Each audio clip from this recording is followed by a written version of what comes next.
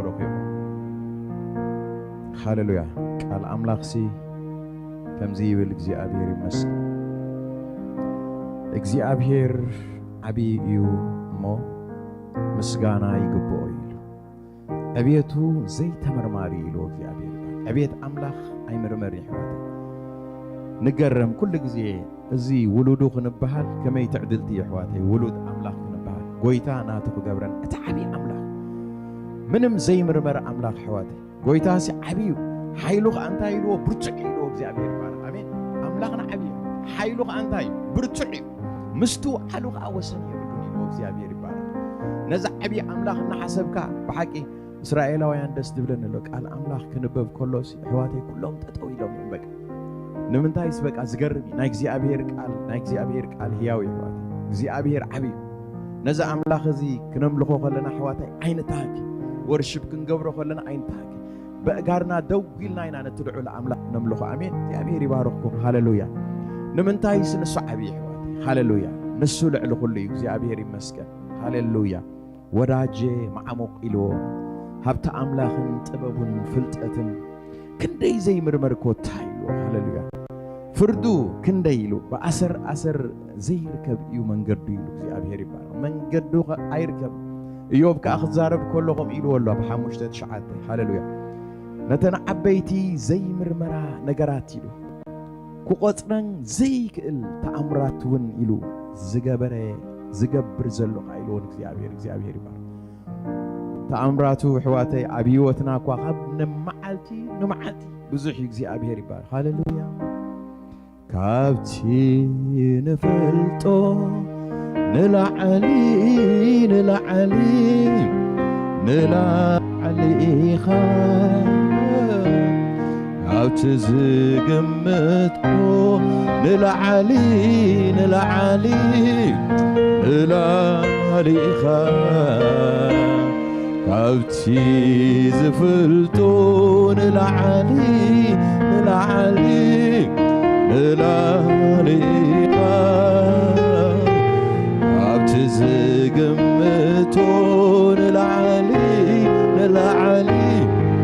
ኢኻ አዚኻ ዓቢ አዚኻ ፍሉ አዚኻ ክቡር ኢኻ እግዚአብሔር እስከሆሙ በልዎ ምሳ አዚኻ ዓቢ አዚኻ ፍሉ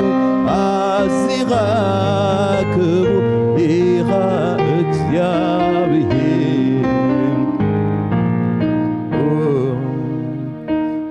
በዛምሮይ አይግምተካ በሐሳባተይ አይበጽሐካ ምሉ መዓት እንተ አስተንተንኩ ወጋሕ ከብላ ለይትተሓደርኩ እግዚአብሔር ዓብይ በልኩ እግዚአብሔር ዓብይ በልኩ እግዚአብሔር ዓብይ በልኩ ካብቲ ንፈልጦ ንላዓሊ ኢኻ ካብቲ ዝግምቶ ንላዓሊ ኢኻ ካብቲ ዝፈልጦ ንላዓሊ ኢኻ ካብቲ ዝግምቶ ንላዓሊ ኢኻ አዚኻ ዓቢ አዚኻ ፍሉይ አዚኻ ክቡር ኢኻ እግዚአብሔር አዚኻ ዓቢ አዚኻ ፍሉይ አዚኻ ክቡር ኢኻ እግዚአብሔር በዛምሮይ አይገመተካ በሐሳባተይ አይበጽሐካ ምሉ መዓልቲ እንተ አስተንተንኩ ወጋሕ ከብላ ለይትተሓደርኩ እግዚአብሔር ዓብይ በልኩም እግዚአብሔር ዓብይ በልኩም እግዚአብሔር ዓብይ በልኩም ካብቲ ዝፈልጦ ንላዕሊ ንላዕሊ ንላዕሊኻ ኣብቲ ዝግምቶ ንላዕሊ ንላዕሊ ንላዕሊኻ ኣብቲ ዝፈልጦ ንላዕሊ ንላዕሊ ንላዕሊኻ ኣብቲ ዝግምቶ ንላዕሊ ንላዕሊ ንላዕሊኻ ኣዚኻ ዓብይ ኣዚኻ ፍሉይ ኣዚኻ ክቡር ኢኻ እግዚአብሔር ኣዚኻ ዓብይ ኣዚኻ ፍሉይ ኣዚኻ ክቡር ኢኻ እግዚአብሔር ሃሌሉያ ዕብይ ወሕዋተይ ብምሉእ ልብኹም ሃሌሉያ ዓብይኻ እግዚአብሔር ዕብየካ ኣለኹ በሉ ሃሌሉያ መጽሓፍ ቅዱስ ከምቲ ዝብለካ መንፈስ ቅዱስ ድማ ዝገልጸካ ኢየሱስ ከምኡ ወዲ ኣምላኽ ኢኻ ዝምግላጽ እዚ ረኺበ በኣኻ ኢየሱስ ክርስቶስ ጐይታ ኢኻ ብለካ ኢየሱስ ክርስቶስ ጐይታ ኢኻ ብለካ ኢየሱስ ክርስቶስ መሲሕ ኢኻ ብለካ መጽሓፍ ቅዱስ ከምቲ ዝብለካ መንፈስ ቅዱስ ድማ ዝገልጸካ ኢየሱስ ከምኡ ወዲ ኣምላኽ ኢኻ ዝምግላጽ እዚ ረኺበ ካባኻ ኢየሱስ ክርስቶስ ዓብይኻ ብለካ ኢየሱስ ከምኡ ወዲ ኣምላኽ ኢኻ ኢየሱስ ክርስቶስ መሲሕ ኢኻ ብለካ ገሊኦም ኤርምያስ ተበሉ ገሊኦም ዮሐንስ ተበሉ ገሊኦም ኤርምያስ ተበሉ ገሊኦም ካብ ነቢያት እዩ ተበሉ ንስኻ ግና ካብኦም ትፍለጥ ኢኻ ብዙሕ ነገር ኣሎ ሕልፍ ዘብለካ ስጋን ደምን መዓስ ይገልጸካ ኣቦ ጥራይ እዩ ዝፈልጦ ማንነትካ ንስኻ ግና ካብኦም ትፍለጥ ኢኻ ብዙሕ ነገር ኣሎ ዘብለካ ስጋን ደምን መዓስ ይገልጸካ ኣቦ ጥራይ እዩ ዝፈልጦ ማንነትካ ገሊኦም ኤርምያስ ተበሉ ገሊኦም ዮሐንስ ተበሉ ገሊኦም ኤርምያስ ተበሉ ገሊኦም ካብ ነቢያት ተበሉ ንስኻ ግና ካብኦም ትፍለጥ ኢኻ ብዙሕ ነገር ኣሎ ሕልፍ ዘብለካ ስጋን ደምን መዓስ ይገልጸካ ኣቦ ጥራይ እዩ ዝፈልጦ ማንነትካ ንስኻ ግና ካብኦም ትፍለጥ ኢኻ ብዙሕ ነገር ኣሎ ሕልፍ ዘብለካ ስጋን ደምን መዓስ ይገልጸካ ኣቦ ጥራይ እዩ ዝፈልጦ ማንነትካ ኣብቲ ዝፈልጦ ንላዕሊ ንላዕሊ ንላዕሊኻ እስከ በልዎ ኣሕዋተይ ዕቢዎ ሃሌሉያ ካብቲ ዝፈልጦ ንላዓሊ ንላሊኻ ካብቲ ዝግምቶ ንላዓሊ ንላሊኻ ኣዚኻ ኣዚኻ ዓቢ ኣዚኻ ፍሉይ ኣዚኻ ክቡር ኢኻ እግዚአብሔር ኣዚኻ ዓቢ ኣዚኻ ፍሉይ ኣዚኻ ክቡር ኢኻ እግዚአብሔር ሃሌሉያ እስከ ኣዳዊ ለዓላ ሃሌሉያ ዕብይዎ ነዚ ጎይታ ዝሕዋት ሃሌሉያ ነቲ ልዕል ዝበለ ኣምላኽ ሃሌሉያ ሃሌሉያ ሰማይ ዙፋንካ ምድሪ መርገጺ እግርኻ በሕያውነትካ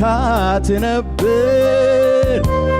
ዘላለም ንዘላለም ከቢርካ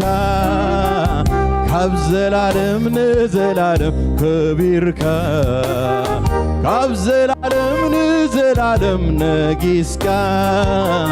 ካብ ዘላለም ንዘላለም ነጊስካ ኣምልኸካ ኣለኹ ኣምላኸይ እስከ በሉ ኣሕዋተይ ኣምልኸካ ኣለኹ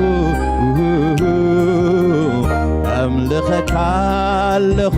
ኣምላኸይ ኣምልኸካ ኣለኹ ባርኸካ ባርኸካ ኣለኹ ኣምላኸይ ባርኸካ ኣለኹ ባርኸካ ኣለኹ ኣምላኸይ ባርኸካ ኣለኹ ኣምልኸካ ኣምልኸካ ኣለኹ ኣምላኸይ ኣምልኸካ ኣለኹ ኣምልኸካ ኣለኹ ኣምላኸይ ኣምልኸካ ኣለኹ ባርኸካ ባርኸካ ኣለኹ ኣምላኸይ ባርኸካ ኣለኹ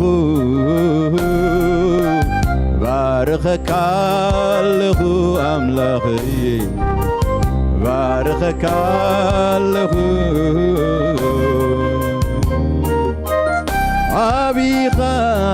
ይባርኸካ ስልጡን ኢኻ እውድሰካ ኣቢኻ ንምልኽካ ጎይታ ኢኻ እኽብርካ ኣምላኽ ኢኻ እምልኽካ ንጉስ ኢኻ ይግዛእካ ሃሌሉያ ካብቲ ንፈልጦ ንላዓሊ ንላሊኻ እስከ በልዎ ኣሕዋተይ ሃሌሉያ ካብቲ ዝግምቶ ንላዓሊ ንላሊኻ ካብቲ ዝፈልጦ ካብቲ ዝፈልጦ ንላዓሊ ንላሊኻ ካብቲ ዝግምቶ ንላዓሊ ንላሊኻ بزامروي عيقمتك بحساباتي عيبتحكا ملو معتي انت استنتنكو وقح قبلا ليتتحدركو እግዚአብሔር عبي بالكو እግዚአብሔር عبي بالكو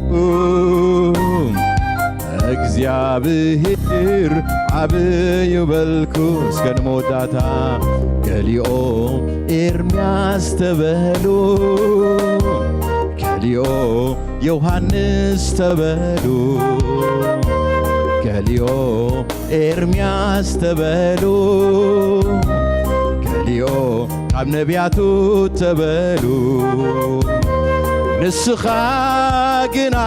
كابوم تفلقيخا بزح نقر علو حلف زبلك سقان دمن معاسي قلتك عبو تراد يوزفلتو ماننتك نسخاقنا كابوم تفلقيخا بزح نقر علو حلف زبلك سقان دمن معاسي قلتك عبو تراي يوزفلتو ماننتك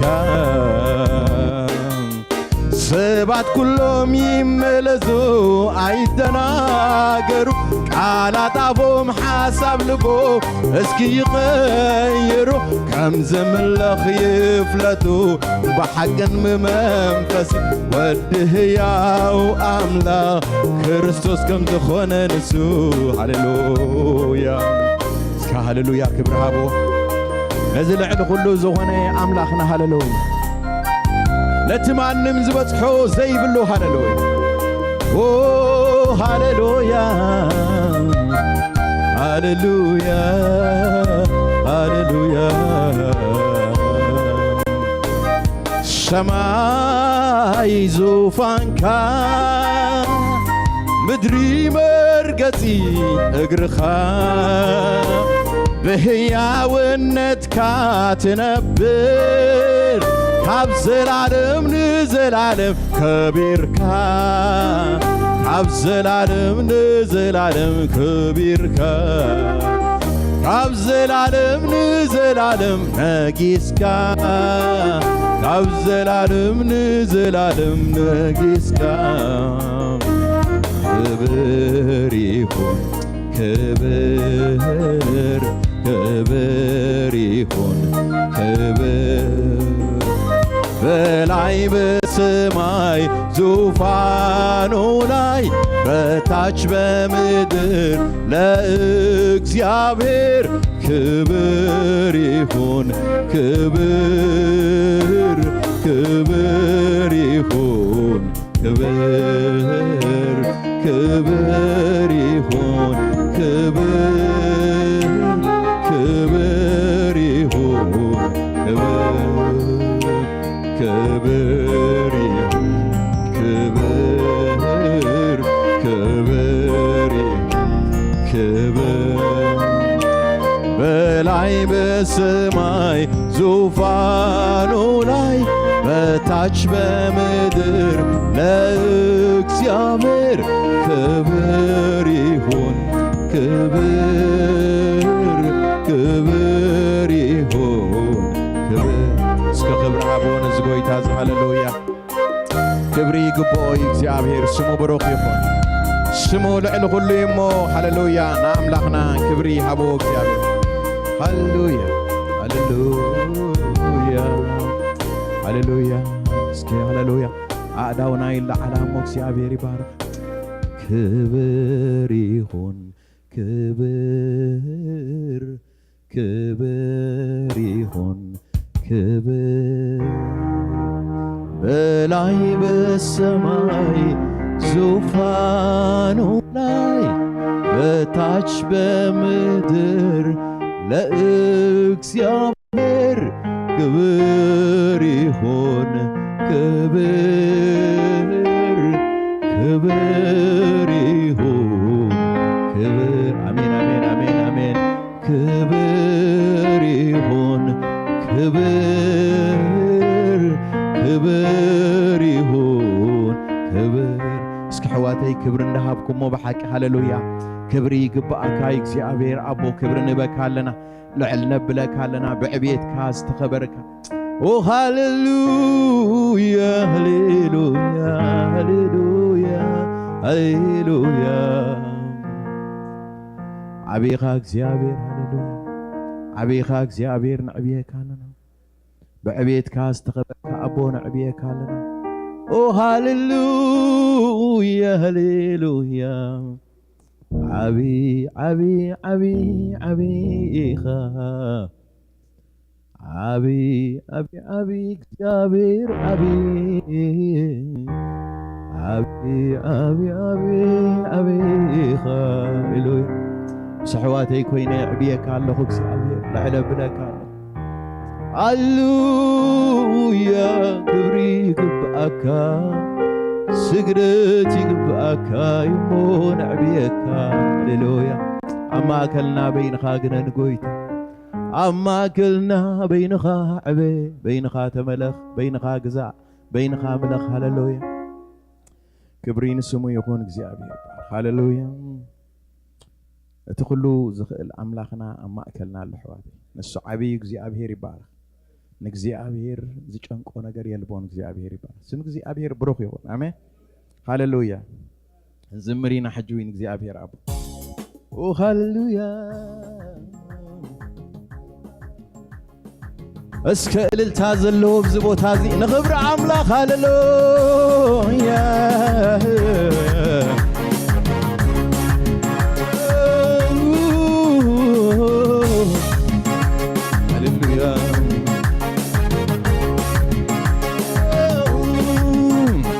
تخلو زغل كلو مساي تخلو زغل كلو مساي تخلو زغل كلو مساي انت يا برهان نفسي انت يا برهان نفسي انت يا سقان نفسي انت يا سقان نفسي تخلو زغل كلو مساي تخلو زغل كلو مساي تخلو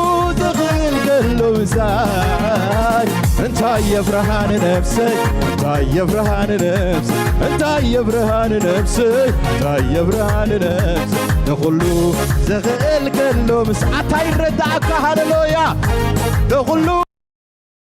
مساي تخلو زغل كله مساي انت يا برهان نفسي انت يا برهان نفسي انت يا سقان نفسي انت يا سقان نفسي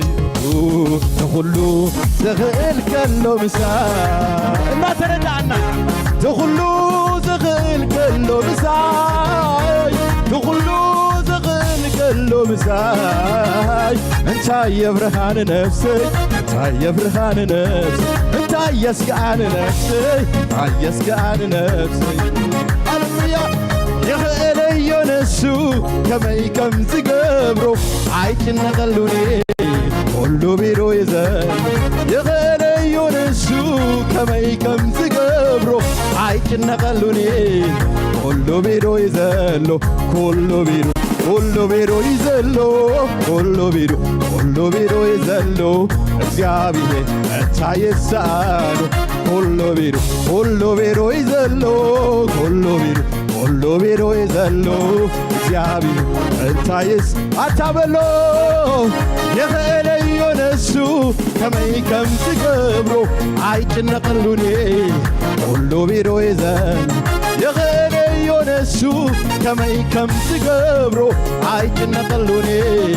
كله بيرو يزلو كله بيرو يزلو كله بيرو يزلو እግዚአብሔር ታይስ እስከል ታብዝ ገዛት ሃሌሉያ ሃሌሉያ ክብሪ ለተ ኩሉ ኻል ዝኾነ እግዚአብሔር ሃሌሉያ ኦ መንገድለዎ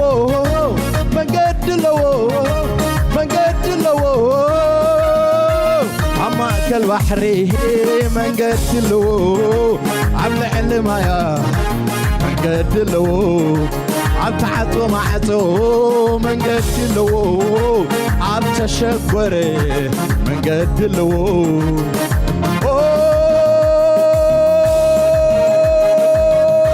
من قتلو عما كالبحري من قتلو عم علمايا من قتلو عم تعطو معطو من قتلو عم تشكوري من قتلو اسكهم تبلو كعب سلمون زعابي عبزلو اسكهم سايبلو كعب سلمون زبالت عبزلو عب سلمون زعابي عبزلو نتقمو كعب سلمون زبلت عبزلو أتعبزلو يسوس كعب سلمون زعابي عبزلو وتصار تفتر منس زلو نسو مزقلت اتو تاتابيلو عبيلو عبيلو اتو تاتابيلو نسو مزقلت اتو تاتابيلو عبيلو عبيلو اتو تاتابيلو نسو مزقلت اتو تاتابيلو وتصار تفتح ملس زلو نسو مزقلت اتو تاتابيلو عبيلو عبيلو اتو تاتابيلو نسو مزقلت اتو تاتابيلو عبيلو عبيلو اتو تاتابيلو يسوس مزقلت اتو تاتابيلو كعب سلمون زعابي عبزل اسكو قبعي بالهاللويا كعب سلمون زبل عبزلو كعب سلمون زعابي عبزلو نتقمو كعب سلمون زبل عبزل عطا يسوس سالو كعب سلمون زعابي عبزلو كعب سلمون زبل عبزل ناترد عبكم بلوو هاللويا هو خاب سلم زعابي هو خاب سلمون زبلت يسوس ودع الله هاللويا وصار تفتح ملس زلو نسو مزقلت حتو تاتابيلو عبيلو عبيلو حتو تاتابيلو نسو مزقلت حتو تاتابيلو عبيلو عبيلو حتو تاتابيلو يسو مزقلت حتو تاتابيلو اسكيل انتاي الشمع كاب زبيت زي لخبر عاملة هاللويا نتغاب سلمون زعبي نتغاب سلمون زبلت يسوس ودع عاملة هاللويا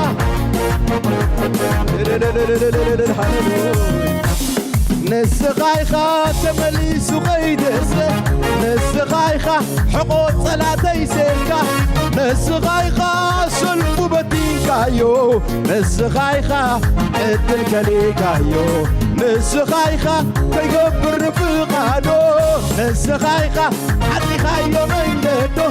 نسخايخة أفريس كان حاسبون نسخايخة نقالك دقيقالو نقالك دقيقالو نقالك دقيقالو نقالك دقيقالو نقالك دقيقالو نقالك دقيقالو نقالك دقيقالو نقالك دقيقالو نقالك اسكبلو نسخايخة تمليس وقيتسه نسخايخة حقوق صلاتي سيركا نسخايخة سلف بديكايو نسخايخة حد الكليكايو نسخايخة كيقبر رفقادو نسخايخة حد خايو من قدو نسخايخة أفريس كان حاسبو نسخايخة نقالك دقيقالو نقالك دقيقالو نقالك دقيقالو نقالك دقيقالو نقالك دقيقالو نقالك دقيقالو نقالك دقيقالو الدخل يكون يريئيو السمعي تزي سمعكو يا ونتك بعيني يريئيو عفي بمسكنا مليكايو عفي بمسكنا مليكايو عفي بمسكنا مليكايو عفي بقلتا مليكايو عفي بقلتا مليكايو عفي بمسكنا مليكايو عفي بمسكنا مليكايو عفي بقلتا مليكايو عفي بقلتا مليكايو نسخايخة تمليس وقيتسه نسخايخة حقوق صلاتي سيركا نسخايخة سلف بديكايو نسخايخة عد الكليكايو نسخايخة كيقبر رفقادو نسخايخة عطي خايو من قدو نسخايخا أفريس كان حسابون نسخايخا نقال كاتجي قالو نقال كاتجي قالو نقال كاتجي قالو نقال كاتجي قالو نقال كاتجي قالو نقال كاتجي قالو نقال كاتجي قالو نقال كاتجي قالو نقال كاتجي قالو أتعلم تعلم دي زجاج هاللويا هاللويا يسوع أوه البلابو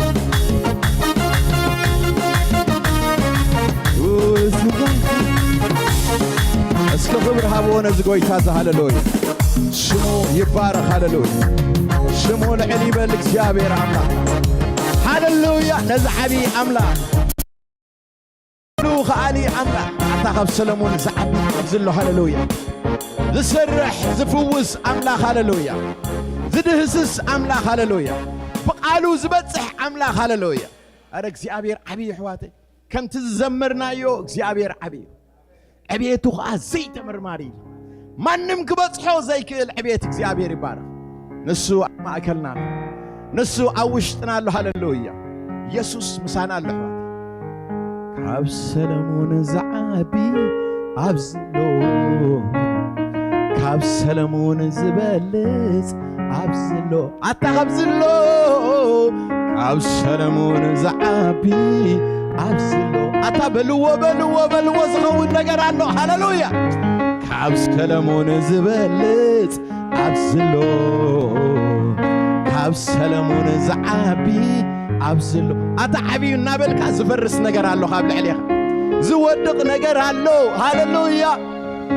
قصار زفتح من سزلو نشو من زقلت حتو تعتبلو أبلو حتو تعتبلو نشو من زقلت حتو تعتبلو أبلو حتو تعتبلو أسوم الزقلت حتو تعتبلو هو يغليو أملاخنا يغليو أملاخنا يغليو أملاخنا يغليو أملاخنا يفوسيو أملاخنا يفوسيو أملاخنا يفوسيو أتا يناقف ينسو يناقفيو أملاخنا يناقفيو أملاخنا يناقفيو أنا لعلو خلي خاقو لعلو خلو يخا لعلو خلو يخا لعلو خلو يخا لعلنا بلكا لعلو خلو يخا لعلنا بلكا فتار خلو يخا فتار خلو فتار خلو يخا فتار خلو يخاوي فتار خلو زجنككا يلبون زجنككا يلبون زجنككا كلو خالي انديخا هاللويا زجنككا يلبون زجنككا يلبون زجنككا كلو خالي زي تمرماري قروم دنك أملاغي خا قروم دنك أملاغي خا اسك خبر هبو كبري قبو ايو كبري أرى خبري ازكو اخو حدو حواتي اتازدي دلنا هللويا اتعل تازلو بزبيت وخبري قباكا كبري كبري كبري كبري كبري نبينخا سبحات سبحات سبحات وي سبحات نبينخا املخو املخو املخو املخو يقباكا أتا سجدت أبزقو بعي سجدت سجدت وي سجدت نبين خام سجدت سجدت سجدت وي سجدت نبين خام سجدت سجدت سجدت سجدت نبين خام أرتي بمنفس بحق أنك سجل اللو زقبا أملاخنا هو بين خاك برا كلنا بين خاك نقسى ما كلنا بين خاك برا كلنا بين خاك نقسى ما كلنا بين خاك برا كلنا بين خاك نقسى ما كلنا بين خاقنا ما كلنا بين خاقنا ما كلنا هللويا اسكا داوي على هللويا هللويا بحقيتي بمنفس بحق انكم الله زقبو املاخنا نسو عبي حواتي نسو خاب سلموني عبي نسو خاب سلموني بلص هللويا لو مخا بقالاتو غيرو خده سنا እግዚአብሔር ይባረክ ሃሌሉያ በቃሉ غيرو خبصحنا እግዚአብሔር ይባረክ ኦ ሃሌሉያ ሃሌሉያ ሃሌሉያ ሃሌሉያ ሃሌሉያ አብሪ የገባካዩ አምልኾ يقبعكايو سجدة يقبعكايو الالتا يقبعكايو عداوي بسناي لبي نبخا العين عداوي مسناي لبي أبخا العين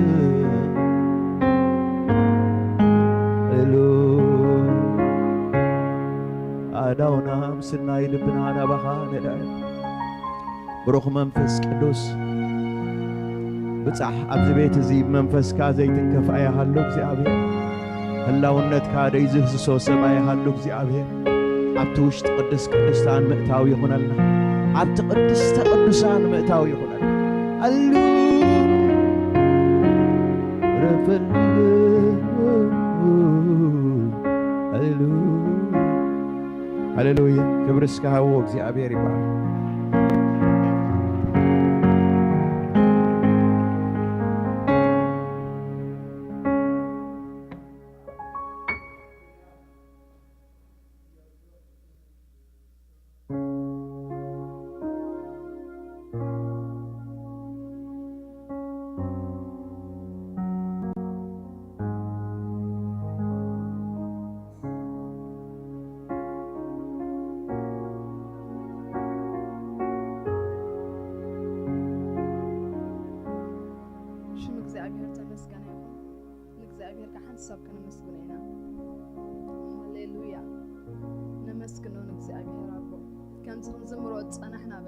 ليتنا يوح زبالة بويتا ما صرتنا نفتح قدوس أملاخنا مسكنو بك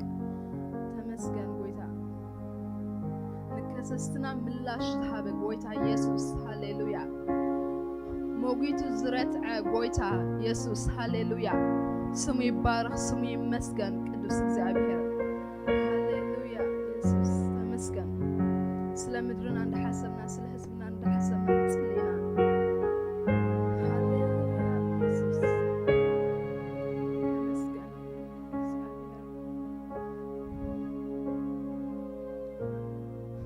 ከምቲ ዳዊት ዝበሎ ወአምላኽ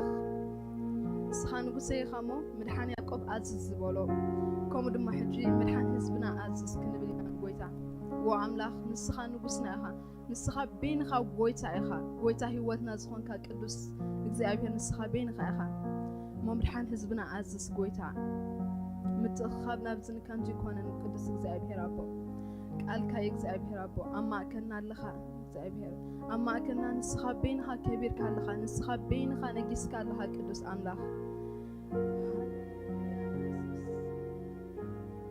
ስምካ ይባረኽ እግዚአብሔር ኣቦ ምድሓን ህዝብኻ ክትገብር እግዚአብሔር ኣቦ ህልዋት ህዝብኻ ክትገብር ቅዱስ እግዚአብሔር ኣቦ ንጽልለና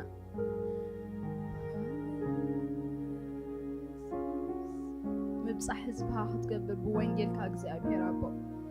ብወንጌል ምብጻሕ ህዝብኻ ክትገብር እግዚአብሔር ኣቦ ከምቲ ኢድካ ንሕሙማት ፈወሰ ንምውታታ ተንስአ ዝተባህለ እግዚአብሔር ኣቦ ናይ ወንጌል ዜና እግዚአብሔር ኣቦ ናይ ጽቡቕ ዜና እግዚአብሔር ኣቦ ብዝኸበሮ ዘበለ ህዝብና ብወንጌልካ ክትበጽሖ እግዚአብሔር ኣቦ እቲ ሕያዊት ኢድካ ክድህስሶ እግዚአብሔር ኣቦ ብሽም ኢየሱስ ጸለና በዚ ምሸት እዚ ጎይታ ሃሌሉያ ስምካ ይባረኽ ቅዱስ ኣምላኽ ከም ንጽልዮ ስለትገብሮ እግዚአብሔር ኣቦ ከም ንልምነካ ስለትገብሮ እግዚአብሔር ኣባዬ ሆይ ፍቓድካ ስለትገብሮ ቅዱስ ኣምላኽ ነመስግነካ ኣለና ሃሌሉያ ስምካ ይባረኽ ስምካ ይዕበል እግዚአብሔር ኣቦ ስም ተፍቅሮ ወድኻ ኢየሱስ ክርስቶስ ኣሜን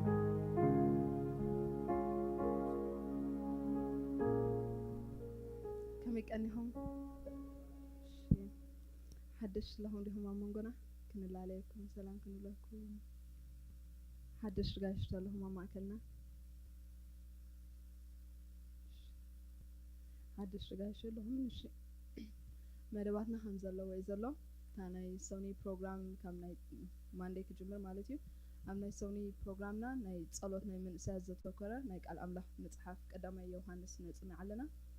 ኣብ መጺና ሼር ክንገብር ቃል ኣምላኽ ኣብ ልብና ዘቕመጦ እግዚአብሔር ነንሕሕና ክንተሃናነጽ ከምኡ ድማ ጸሎት ክንገብር ቤተክርስትያን ማሕበር መንእሰያት ብኸምዝን ኩላትና ትዕድመና ካልኣይ ከዓ ሰሉስን ሓሙስን ከዓ ናይ ብቸርች ደረጃ ማለት እዩ ናይ ጸሎት ፕሮግራም ኣሎ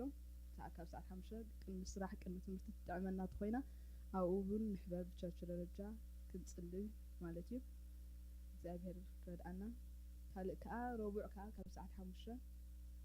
እግዚአብሔር ኣብ ልብና ዘቐመጦ ናይ ወንጌል ምዝርጋሕ ዝኾነ ነገር ከምኡ ዓይነት ኣገልግሎት ዝኾነ ጽቡቕ ዕድልያ እሞኒ ኣብታ ናይ ረቡዕ ከዓ ካብ ሰዓት 5 ጸልዮም ኣብዚ ወፂኦም ኣብ ከተማ ካልጋሪ ድምስክሮ ይሕዋት ኣለውና ምስኦም ድማ ክንሓብር ቤተክርስትያን ትዕድመና ማለት እዩ ዓርቢ ከዓኒ ናይ መንእሰይ ናይ ደቂ ኣንስትዮ ዝደለኹን ኩላትክን ካብ ሰዓት 5 ጅምር ጸሎት ኣሎ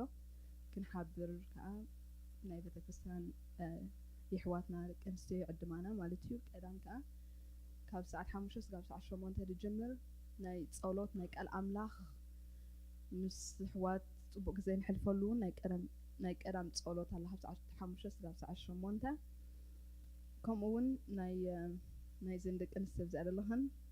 ኔክስት ቀዳም እዛ ትመጽእ ዘላ ቀዳም ማርች 29 ናይ ሕብረት ግዜ ክህልወና እዩ ካብ ሰዓት 2:40 እስካብ ሰዓት 5 ክትከውን ኩላትክን ኣብ ዝደለኽን ዕዱማት ኢኹን ማለት እዩ ንጻ ካልእ ናይ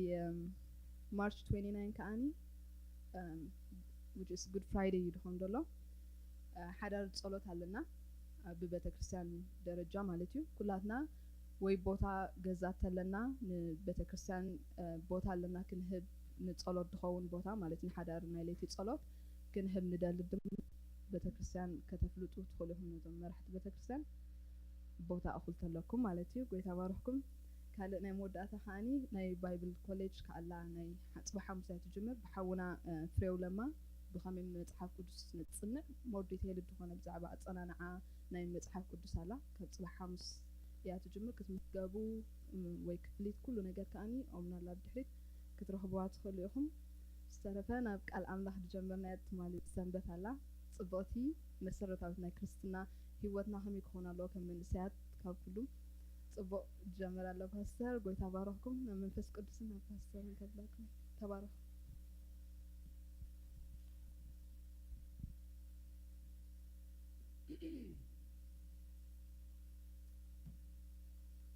ክብርን ኣምላኽ ይኹን ኢየሱስ ጎይታ እዩ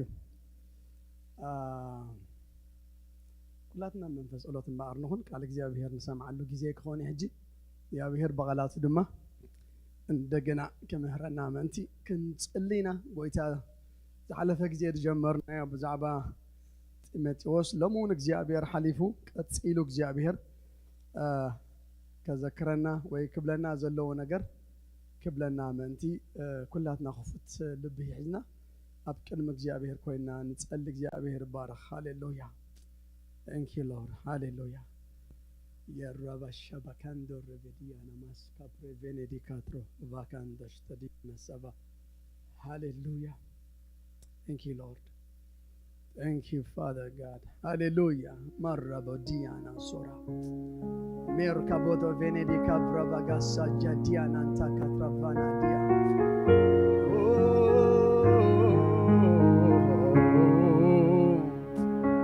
Lebradia da Bagando Sheber Diamonto Revedia Namasaba hallelujah hallelujah hallelujah Eda bada la badia la Bagando Revedia Mosebe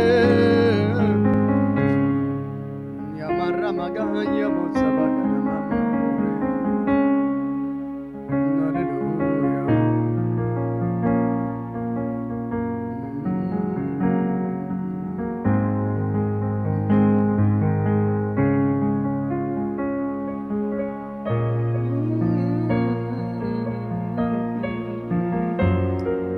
Barra bagayana sadiana mabo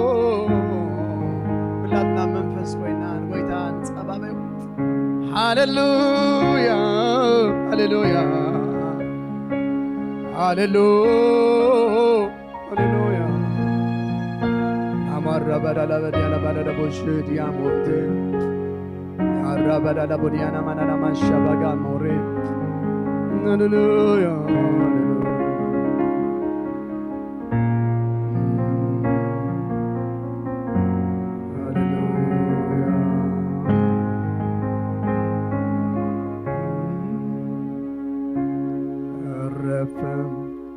በያለሁ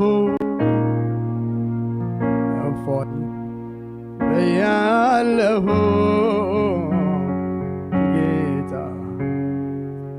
አንተ ባለውለታ እረፍ በያለሁ እፎይ በያለሁ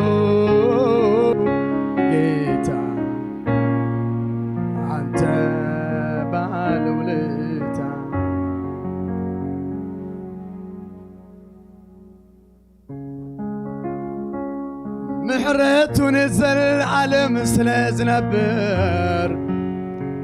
ኣብ ቤትካ ይጠፋኩን ዋጋ ናይ ሓጢአተይን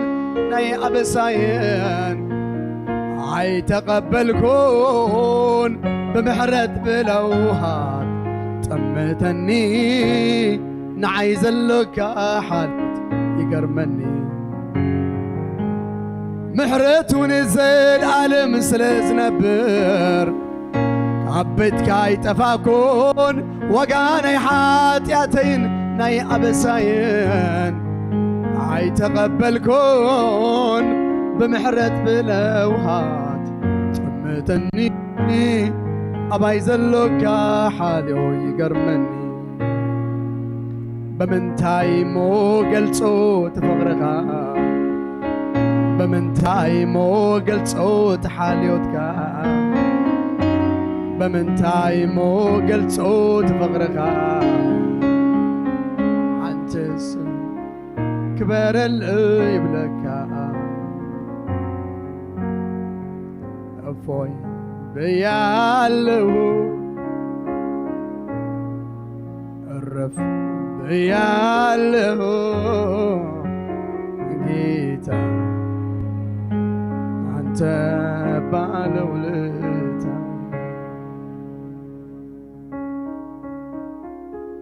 እረፍ ብያለሁ እፎይ ብያለሁ ጌታ بالولتا محرت كان زي العالم سلازنبر عبيت كاي تفاكون وقاني حاتياتين ناي أبسايين هاي تقبلكون بمحرت بلوحات متني أباي زلك حاليوت يقرمني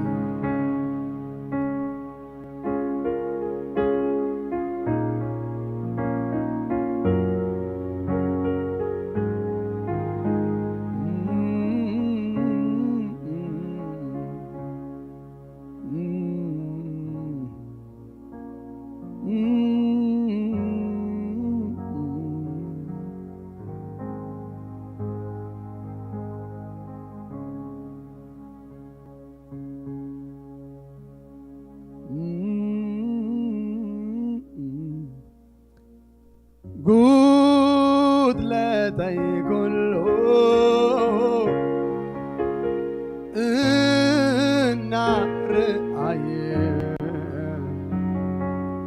يا ملكتني النار قهين بفقر أيوه زمار خني مسكال قوينو وطيبني قود لا تيكون له النار يا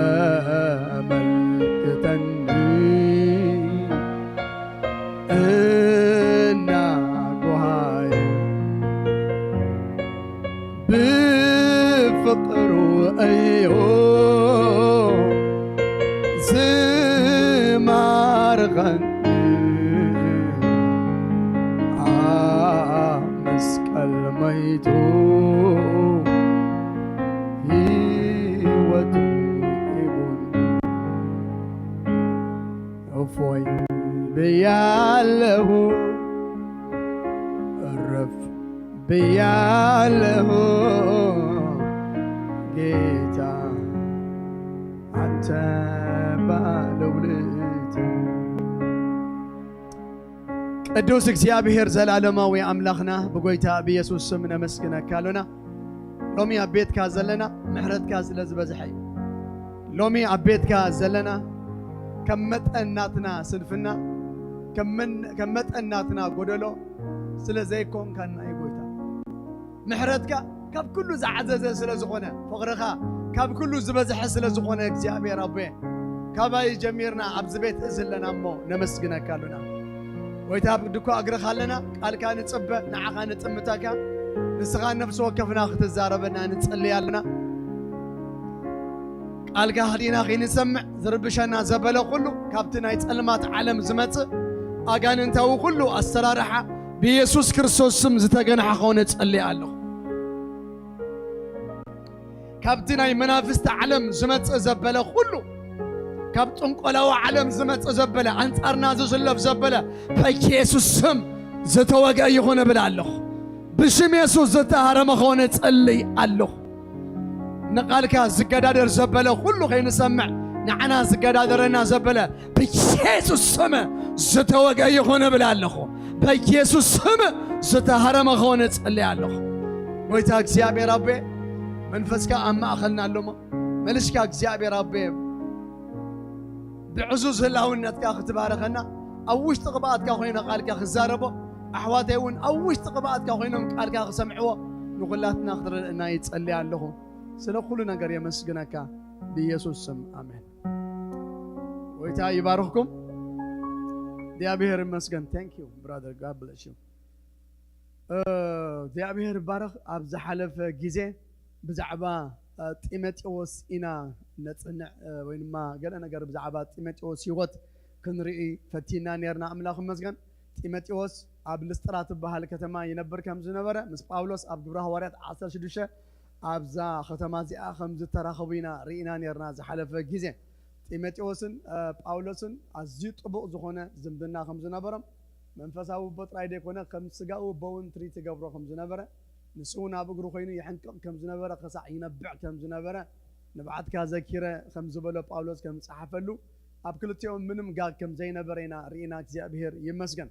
ጳውሎስ ካብ ኩሎም ኣገልገልቲ ኣብ ዙርኡ ካብ ዝነበሩ ዘቕረቦ ሰብ ተናእ ነይሩ ጢሞቴዎስ ኢልና ከመውት ከሎ ኣብ ጥቑኡ ክኸውን ዝደለዮ ካብ ርሑቕ ቦታ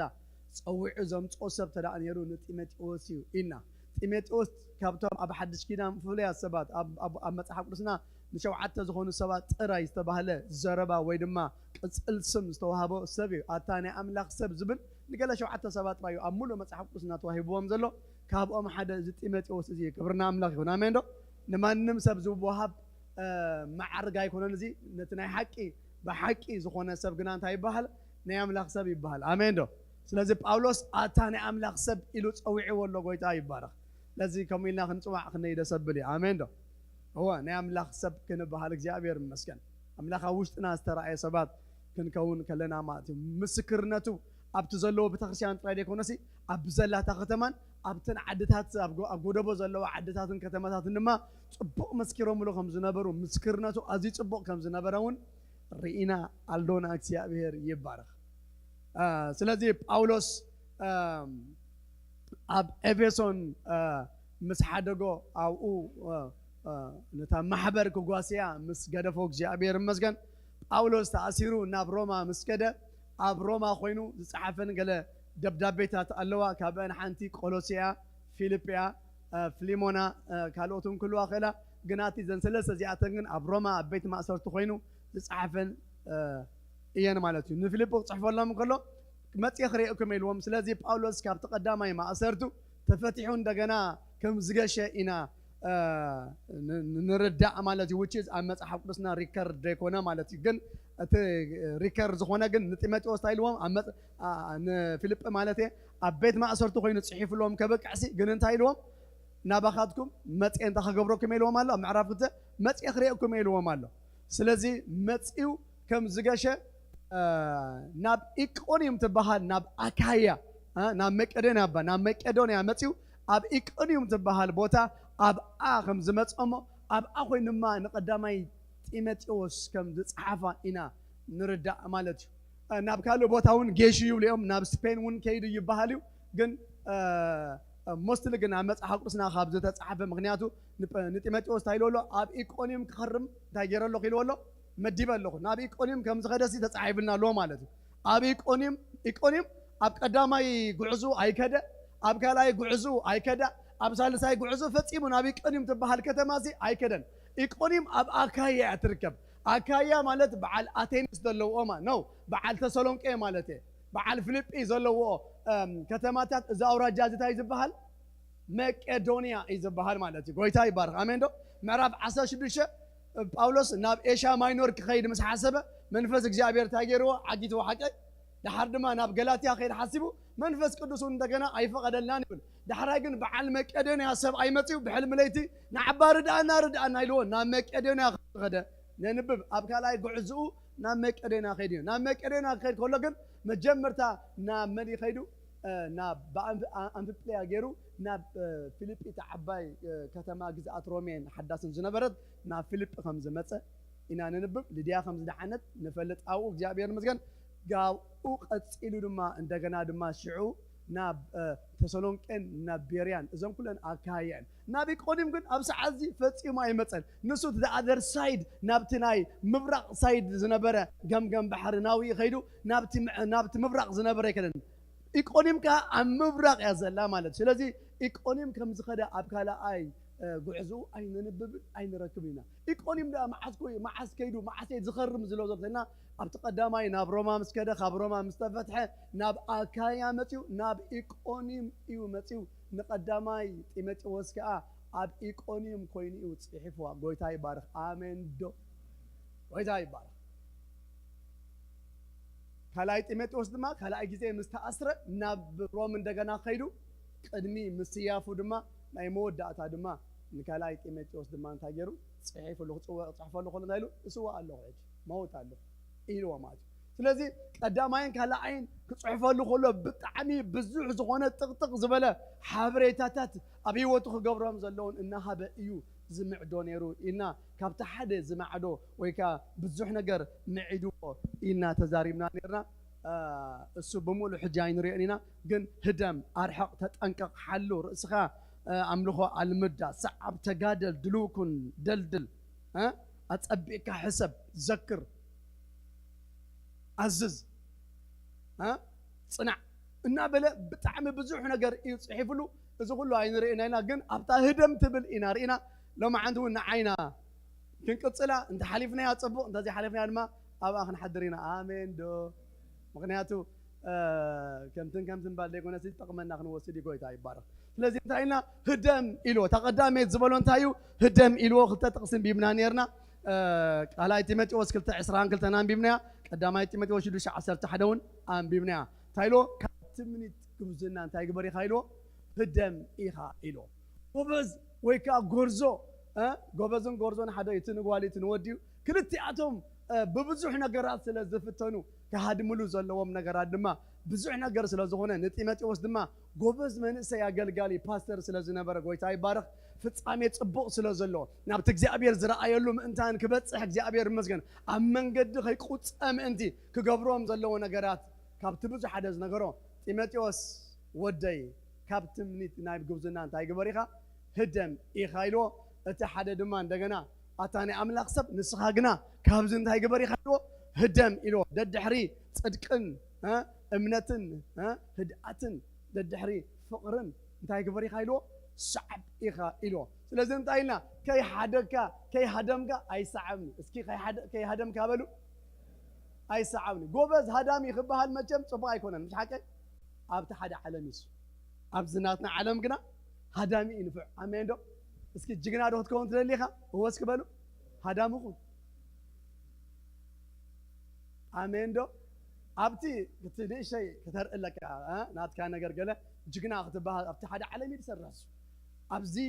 መንፈሳዊ ዓለም ግና እንታይ ኢኻ ትገብር ኳርታ ኢኻ ትገብር ኣሜን ዶ ክሰምዕ ተሃድም ጢጥ ትብል ዮሴፍ ሃዲም እዩ ኣረ ኣሜን ክሰምዕ ኣብዚ ክትሃድም እዩ ዘለካ ሃዳሚ ጅግና ህደም ኢልዎ ጎይታ ይባረኽ ክሃድመሉ ዘለዎ ስለዚ ካብ ገንዘብ ክሃድም ከም ዘለዎ እዛ ናይ ቀዳማይ ጢሞቴዎስ 6:11 ኣታ ናይ ኣምላኽ ሰብ እስኻ ግና ካብዚ ህደም ኢልዎ ካበይ ካብዚ ካበሎም ባዕሪልና ቅድሚኡ ዝገለ ነገር እንታይ ገይርዎ ገለ ነገር ካብዚ ዝብለሎስ ገለ ነጥብታት ይህብዎ ለና ካብ ፍቕሪ ገንዘብ እንታይ ግበር ኢኻ ኢልዎ ኣሎ ህደም ኢኻ ኢልዎ ስለዚ መንእሰይ ዝፍተነሉ ብዙሕ ነገር እዩ መንእሰይ ከዓ ዝደልዮ 100 እዩ ሰይጣን ደልዮ ኣምላኽ ደልዮ ዓለም ትደልዮ ሓጢኣት ደልዮ ሰብ ደልዮ ሃገር ትደልዮ ዘይደልዮ የለን ምክንያቱ ተፈታዊ ዕድመ እዩ መንእሰይነት ማለት እግዚአብሔር ይባረኽ ብኩሉ ተጠማቲ ዕድመ ትረአ ኣሎ መንእሰይ ምዃን እዩ ስለዚ ጎይታ ግን ንዑ ንበይኑ ጥራይ ክንኮኖ ስለ ዝደልየና እግዚአብሔር ይመስገን ካብ ኩሉ ሃዲምናን ወፂናን ብምልኣት ንዑ ክንኮኖ እዩ ዝደልየና እግዚአብሔር ዝተመስገነ ይኹን ስለዚ ጎበዝ ብዙሕ ነገር እናተፈተነ ከም ዝኸይድ ርኢና ነርና ተቐዳማይ ዝፍተነሉ ኢልና ገንዘብ እዩ ኣብዛ ምዕራፍ 6 ቀዳማይ ጢሞቴዎስ ዘላ እንታይ ኢልዎ ካብ ፍቕሪ ገንዘብ እንታይ ግበር ኢኻ ሊተራሊ ሰያ ካብ ገንዘብ ህደም ገንዘብ ኣድልየና ክንሰርሕ ኣለና ላዕልን ታሕቲ እንበል which is good ማለት እዩ ኣምላኽ መስገን ግን ፍቕሪ ገንዘብ ክህልወና ግን ኣይግባእን እዩ ስር ኩሉ ክፍኣት ናይ ኩሉ ክፍኣት ሕጂ ሓንቲ ገረብ መሰኣሉ ሓንቲ ገረብ ሰኣሉ እቲ ሱራ ፍቕሪ ገንዘብ ተዳእ ኮይኑ እቲ ጨናፍራ ኩሉ ክፍኣት ይድኾን ሓንቲ ገረብ ፅቡቕ ዝገረብ ሰኣሉ መድሓነ ሱር ዘለዋ ራእይዋ ኣነ ከምዚ ኢለ ኣለኹ ኣብዚ ወረቐተይ ሕጂ እታ ገረብ እቲ ሱራ ፍቕሪ ገንዘብ ተዳእ ኮይኑ እቲ ጨናፍራ ብምሉእ ረእይዎም ኩሉ ክፍኣት እዩ እቲ ፍቕሪ ገንዘብ ሱር ናይ ኩሉ ምንታይ ናይቲ ኩሉ ኣብ ቅርንጫፍ ዘሎ ክፍኣታት ብምሉእ እሱ ናብኡ ዝወስደካ ስለዚ ካብ ፍቕሪ ገንዘብ ህደም ኢኻ ኢልዎ ኣሎ ካብ ፍቕሪ ገንዘብ ክንሃድም ከመይ ገይሩ እግዚአብሔር ናይ ጋሓዚ ህይወት ናይ ጴጥሮስ ህይወት ርኢና ነርና ናይ ስምዖን ኣብ ምዕራፍ 8 ግብረ ሐዋርያት ዘሎ ድማ ርኢና ነርና ጎይታ ይባረኽ ስለዚ ካብ ፍቕሪ ገንዘብ ዘበለ ኩሉ ክንሃድም ጎይታ ይደልየና ኣሜን ዶ ክሰምዕ سلازي سرحوا أخعبتوا أواهللو نمرعهم نحدار نخالد سب نمحجاج دخونا يهلهم جنزب كن فقرنا جنزب جن أي هلونا آمين دخو سمع جنزب مسرخنا نما حدر رمبر أيام ما حدرنا ويتايم مسكن آمين دو أتي من استيزفتنا لبز إحنا قرندي اسكي كهاد ملو زلوا انتهي لك حسب كله نتمت أوس ولا أي بهالم بري من كمان سيهات جنا حجي كنا حد ملهم زلنا نقرات قال خن رأسي باهيلن الله ويتاي بارخ آمين دخو سمع أو خلينا ناقة في قبعناي كنا هدم يقبعناي مغنيات تامس جم كبر أو عيت زلنا عبيه كبرنا قراب الميخان كده something marvelous نقراب الميخان نقول لكم شو ممكن تقول عمنت إذا حدي تنبيت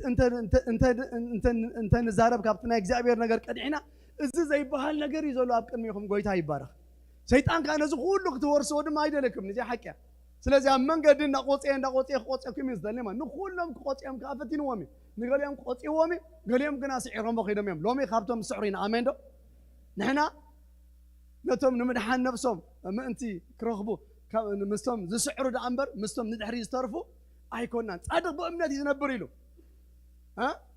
ندحريت أنت تمرسقنا نفسي بو أنت هاي قبراني ندحريت فتيم ناخذ من لس فقاد أمنا خايكوننا سيطان كن نستايز دلي كتب ببلنا يدلي خفتنا نايدلي بس رحنا قبره واي كابت من قد خالينا سلز دلي مالك لازم خلينا نقول صام إنسان متأنك أبيوتنا زمسلو ونقر يلبون مهدام زمسلو ونقر يلن سلازي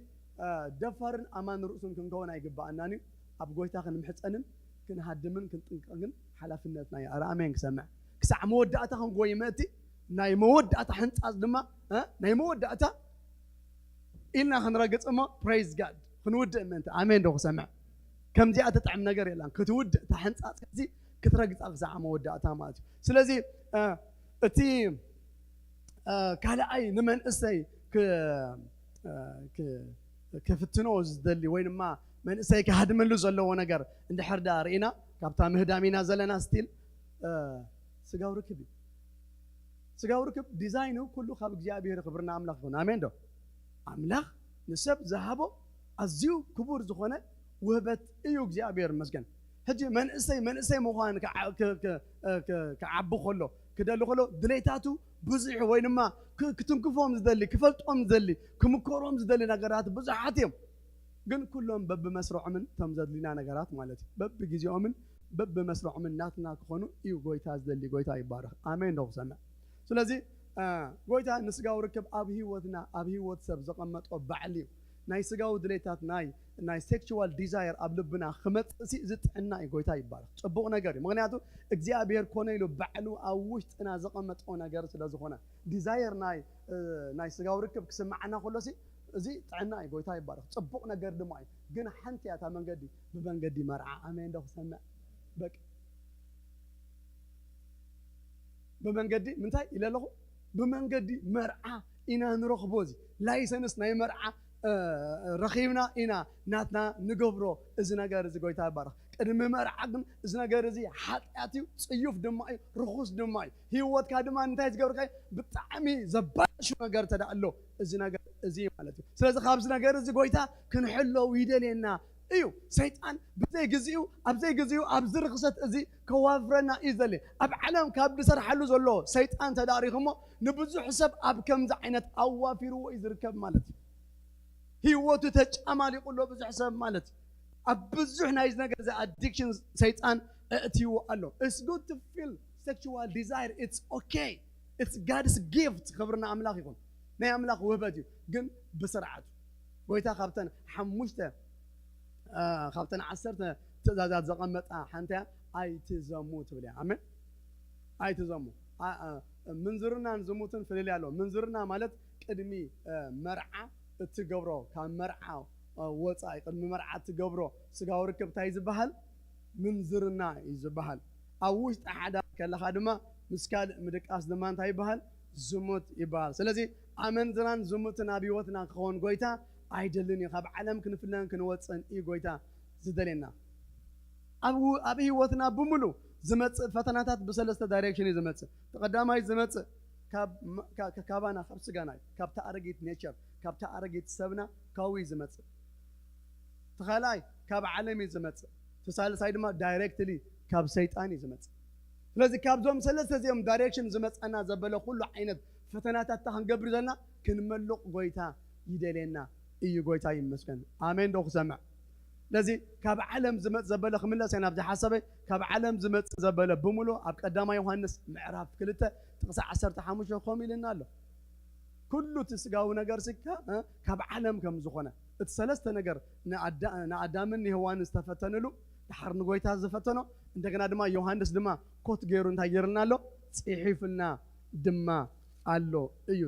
ኣብ ቀዳማ ዮሐንስ ደላ እዚኣ ከነንብባ እሞ ናብቲ ሓሳበይ ክምለስ እግዚአብሔር ይባረክ ኣብ ጥቕሲ 15 እንታይ ኢሎ ንዓለም ወይስ ነቲ ኣብ ዓለም ዘሎ ኣይትፍተው ሓደ እኳ ንዓለም እንተፈተዋ ፍቕሪ ኣቦ የብሉን ኩሉ እቲ ካብ ዓለም ዘሎ ፍትወት ስጋን ፍትወት ዒንትን ንብረት ትዕቢትን እዩ ስለዚ ካብ ዓለም ዝመጽእ ነገር ብምሉኡ ሰለስተ እዩ ከምቲ ሔዋን ንምብልዓ ጥዕምቲ ንምርኣያ እተብህግ ጥዕም ኦም ምዃና ሪኣሲ ካብ ፍሬኣ ወሲና እንታይ ገበረትና በሊዓ ሰለስተ ነገር እዩ ኮይኑ ኣብ ሔዋን ልክዕ ሰንማ ኣብዚ መፅአና ኣለዋ እንታይ ኢሉ ኩሉ ኣብ ዓለም ዘሎ ፍትወት ስጋን ፍትወት ዒንትን ንብረት ትዕቢትን ኢሉ ስለዚ ሓደ ዳይሬክሽን ኣብ ህይወትና ዝመጽእ ዓለማውነት ካብ ዓለም ዝመጽእ እዩ ስለዚ ንዕኡ ክንገንሖ ወይ ድማ ክንሃድመሉ ለና እቲ ካልኣይ ካብ ኣረጌት ሰብና ዝመጽእ ገላትያ 5:19 ካብቲ ኦልድ ኔቸርና ዝመጽእ ድማ እዚ ድማ ክንቀትሎ ክንክእል እዩ ዘለና ወይ ኤፌሶን 4:22 ወይ ድማ ቆሎሴስ 3:9 ነቲ ኣብ ምድሪ ዘሎ ኣካላትኩም ወይ ድማ ነቲ ኣረጊት ሰብ እንታይ ግበርዎ ቅተልዎ ስለዚ ኣረጊት ኔቸር ኣሎ ኣብ መስቀል ክስቀል ኣለዎ ኩሉ ግዜ ግን እናወረደ እናመፀ ግና ኣብዚ ደሸግር ኔቸር ኣሎ ንዑ ኩሉ ግዜ ዛዕርከይ ቀደም እኮ ኣብቲ ጎይታ እንታይ ጌርካ ሸንኪርካ ስለዚ ቦታኻ ውዩ ክትሽንከር ኣለካ ኢልና ኩሉ ግዜ ኣብ መስቀል ቦትኡ ምዃኑ ከነሪኦ ኣለና ኣሜን ክሰምዕ ንሱ ኩሉ ግዜ ግና እንዳመፀ ግና እንታ ክገብር ደልዩ ኩሉ ግዜ ድማ ክሌም ክገብር ደልዩ ኖ ንሰማማ እምበር ከምዚ ክብለና ይኽእል እዩ ማለት እዩ ኩሉ ግዜ ቦትኡ ከነፍልጦ እንታይ ክንቀትሎ ኣብ መስቀል ሞይቱ ይሓንሳ ኣሜን ዶ ክሰምዕ ተኦልድ ኔቸርና ተኣረጊት ሰብ ዝበሃል እናተቐትለ ክቕተል እዩ ዘለዎ እቲ ሳልሳይ ድማ ሰይጣን ዳይሬክትሊ መፂኡ ድማ ንዓና ድማ እንታይ ገብረና ይፍትነና ማለት ስለዚ ኩሉ ዓይነት ፈተና ካብዚ ኩሉ እዩ ዝመጽእ ማለት እዩ ስለዚ ስጋዊ ርክብ ሎሚ ዓለም ተቕርቦ ነገር ረእይዎ ኢኹም እቲ ኩሉ ዓይነት ፕሬዘንት ዝገብሮ ዘለና ንኩሉ ሰብ ቀደም ሰብ ሓጢኣት ክገብር ተደኣ ኮይኑ ካብ ገዛውቱ ናብ ካልእ ገዛውቱ ቀይሩ እዩ ሓጢኣት ዝገብር ሎሚ you don't need to do all these things ኣብ ማእኸል ገዛኻ ሓጢኣት ኣሎ just ኣብ ውሽጢ ገዛኻ in fact ኣብዚኣ ኸማንጥቓኻ you don't need to go anywhere ዓለም ኣብ ኩሉ በቃ ኣብ ጥቓኻ ቀሪባ ትልካላ ማለት እዩ ስለዚ እግዚኣብሔር ይመስገን በዚ ነገር እዚ ዓብዪ ድሪም ዘለዎም ናይ ኣምላኽ ሰባት ተፈቲኖም እዮም ገሊኦም ወዲቖም እዮም ገሊኦም ከዓኒ ደው ኢሎም እዮም ስለዚ ዮሴፍ እታ ሰይቲ ጶጢፋር በቃ ኣመቻችኣ ግዜ ፅምዋ ረኺባ ናብኡ መፅያቱ እያ እንታይ ኢላቶ በቃ ሰብ የለን ኣብዚ ብኣነንስኻ ኢና ንዓ ምሳይ ደቅስ ኢላ ሓደ መዓልቲ ከይመስለኩም ደጋጊመ ሓይታት ንሱ ግና ምሳኣ ክድቅስ ወይ ምሳኣ ክነብር ኣይፈተውን ኣሜን ዶ ክሰምዕ ጅግና ሰብ እዩ ሰብ እዚ ኖ ኢልዋ ኦፖርቹኒቲ ብዙሕ ነገር ክመፀሉ ይኽእል እዩ ብኡ ነገራት ገይሩ ብዙሕ ነገር ሳክሰስ ካብቲ ዝነበሮ ንላዕሊ ክኸይድ ምኽኣለ ግን ኖ እናሃደመላ ክዳኑ ፋይናሊ ደርቢላ ከይዱ ጎይታ ኣባረኽ እዚ ሰብ እዚ ጅግና እዩ ክዳን ምድር ባይ ኣብዚ ኮነ እንታይ የለም ተማሂርዎ ዋላ ቅድሚ ሕጂ እውን ኣሕዋቱ ክዳኑ እንታይ ገይሮሞ ፈልጥዮም ገፊፎሞ እውን ፈልጥዮም ስለዚ ክዳን ምግፋፍ ተኮይኑ ሕጂ ኮነ ንፈልጦ ዝሓፍተይ ማዕረ ተወስዲዮ ትኽእል ኢልዋ ገዲፍላ ይኸይድ ጎይታ ይባረኽ ኣሜን ዶ እወ በቃ ውሰድዮ ክዳን እንታይ ፀገም ኣሎ ነብሰይ ኣይትውሰድያ እምበረ ኣሜን ዶ ገንዘብ ውሰድዮ ንዓይ ጥራይ ትውሰድኒ እምበረ ኣታ ኣሜን ያ ገዲፍላ ከይዱ ኳርታ ገይሩ ሃዲሙ ከይዱ ጎይታ ይባረኽ ስለዚ እግዚኣብሔር ይባረኽ ክንሃድመሎም ዘለና ነገራት እዚኣቶም ዕድመታት ኣሎ ኣብ ቴክስትኩም ዕድመ ክመፅእ ይኽእል እዩ ኣብ ስክሪንኩም ዕድመ ክመፅእ ይኽእል እዩ ኣብ ዝኾነ ቦታ ከይድኩም ዕድመታት ክመፀኩም ይኽእል እዩ እምቢ ተዘይልኩም ህይወትኩም ኣይተድሕንዋን ኢኹም ማለት እምቢ ክትብሉ ክትክእሉ ኣለኩም ቅድሚ መርዓ ኖ ክትብሉ ብቅዱስ ነገር እግዚኣብሔር ይመስገን ኣነ መንእሰያት ክምርዓው ክመፅእ ከለዉ ناب أوفيس كم تصنع خلوا كابت حدا زندهم نجار بتنا إجزاء فقط كم قال إجزاء تسارعك بنت هنا حدار كتجبر بيت كتمدرس لازم أتسخ قويت هاي بارك I'm happy for you guys إزولهم قويت هاي مسكن إذا عبي بركتي قويت هاي بارك يسوع قويت هاي سلزق إجزاء مسكن سجاو ركب بتعمي كن هاد ملو زلنا قدم مرع أتا أيتزمو مالت do not commit adultery مالت sex is forbidden before marriage مالت آمين ده بق لذي كساعتها معت مرعنا أملاك يدقفنا بنصهنا خنبر يقبعنا آمين ده أوه بنصهنا كنبر يقبعنا كاب زفتنا نازبله بملو كنرحق يقبعنا كاب كفتنا نازخل زبله بملو ودون قالن أب حدا بينهم روم تدا أخوفينهم كعلو جميرهم زي اتهاوه بعلو يزاربي حكي عندهمش تهاوه بعلو تاي قبر يزاربي سخا غير تزاربك اتهاوه تأير تكونتات بعلو تاي قبر يزاربي سلازي نفتنا زعدم زبله بملو بقى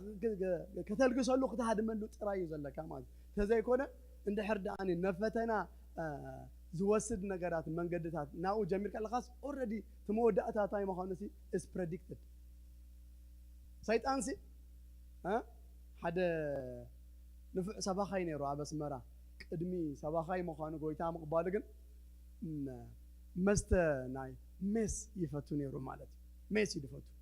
حجي أشجيراتو زاميس إزيا فاينال قويتا نخسات برلا سير لي يزبلتي سباخي قويتا يبارك جن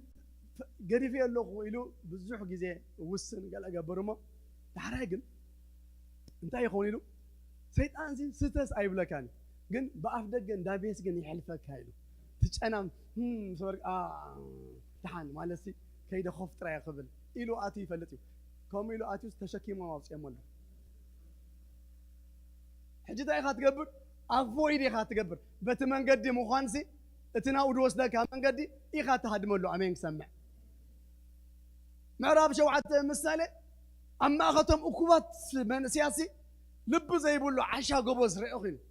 كت كيد كله من قدوس نابتا نابيتا توصل من قدي أبلا يزبل أب قرانا دماء مجمرتها دويلو قرانا دواي تبلو أب كونفجن من قدي دواي تبلو وسانا زي يقول له هو أهل لهم كل جزء وسنت خينكم كيدو آمين دو سمع أوه سلازي فاينالي جناب قرانا خوينو أبتانا بيتا توصل من قد خامتيو and finally كيدا بعين رقبي أترين رب مسكوت خوينا لحري كيدا جن حزاتو مبسعان يرنخ فتصو ميلات ها بقى سبايا كرجت جنزب هزو is gone كيديو سلازي انت هنقبرينا بقى كميدا أمثلة أبعراتنا ها ناي قبسي نقرات قلن تايقر اللهو أنت يفعل اللهو سلازي كومفورتيو كم ساعة زوجح بناي فوتوات متحوقف باهي ببزح زربا هاي قبرته آس دعتو يبه كم تخيل فلت نعم مفنت رازعتو كم أخوين لما السحابة يبه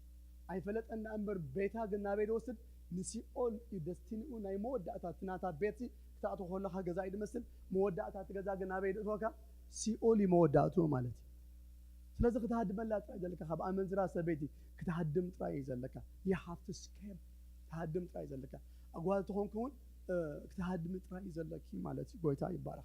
لذي نحنا ما يجي أبير سبات بخبر تصوعنا مودعتنا دما زخبر نجار سلازو خنا قويتا يبارك صفوف نجار كلونا منتي كابزع إن تحت إذا نهدم أملاخ يتصوعنا أنا كبير مخان الزبان يري أوله كبير زمني جن تعوشتنا توهبنا منفس كان عبي እግዚአብሔር መስከን نخلو زرقصن نخلو ذات حسن ابلعلو كله كنكيدنغا زغبرنا حيل ስለዚህ avoid temptations በቃ ፈተናታ ዝዕድም ዘበለ ብሙሉ ክንሃድመሉ እዩ ዘለና አሜን ክሰምዕ አዎ ነገር ዝ ብሙሉ ክንሃድመሉ ክንክእል አለና ወደ ተባዕታይ በዓይኒ እንታይ ዝግብር ዝፍተን ወለን ሰይት ድማ touching and hearing በመስማዕን በመድህሳስን ያ تفتن سلازي كاب كم ذا عينت زيد الله عينت نقرات بملو نهدم نخن كيدالنا مهدا مالت بأمره خير تهدم بحسابك بلبه خير تهدم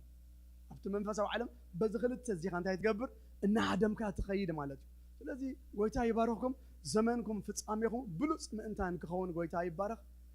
ምስ ተቀቢኡኩም ዘለኹም ቅብኣትን ጻውዒትን ድማኒ ቅድስና ስለ ዝኸይድ ኣምላኽ ቅዱስ እዩ ዝፀዋዕና ቅዱስ ስለ ዝኾነ ልክዕ ከምኡ ድማ ክንቅደስ ስለ ዝፅበየና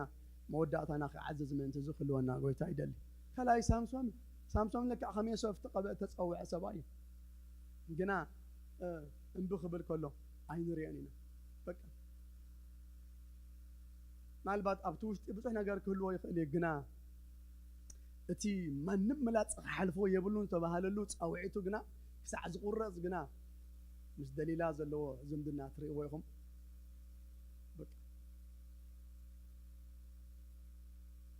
እቲ ኣቮይድ ክገብሮ ዝግብኦ ዝነበረ ነገራት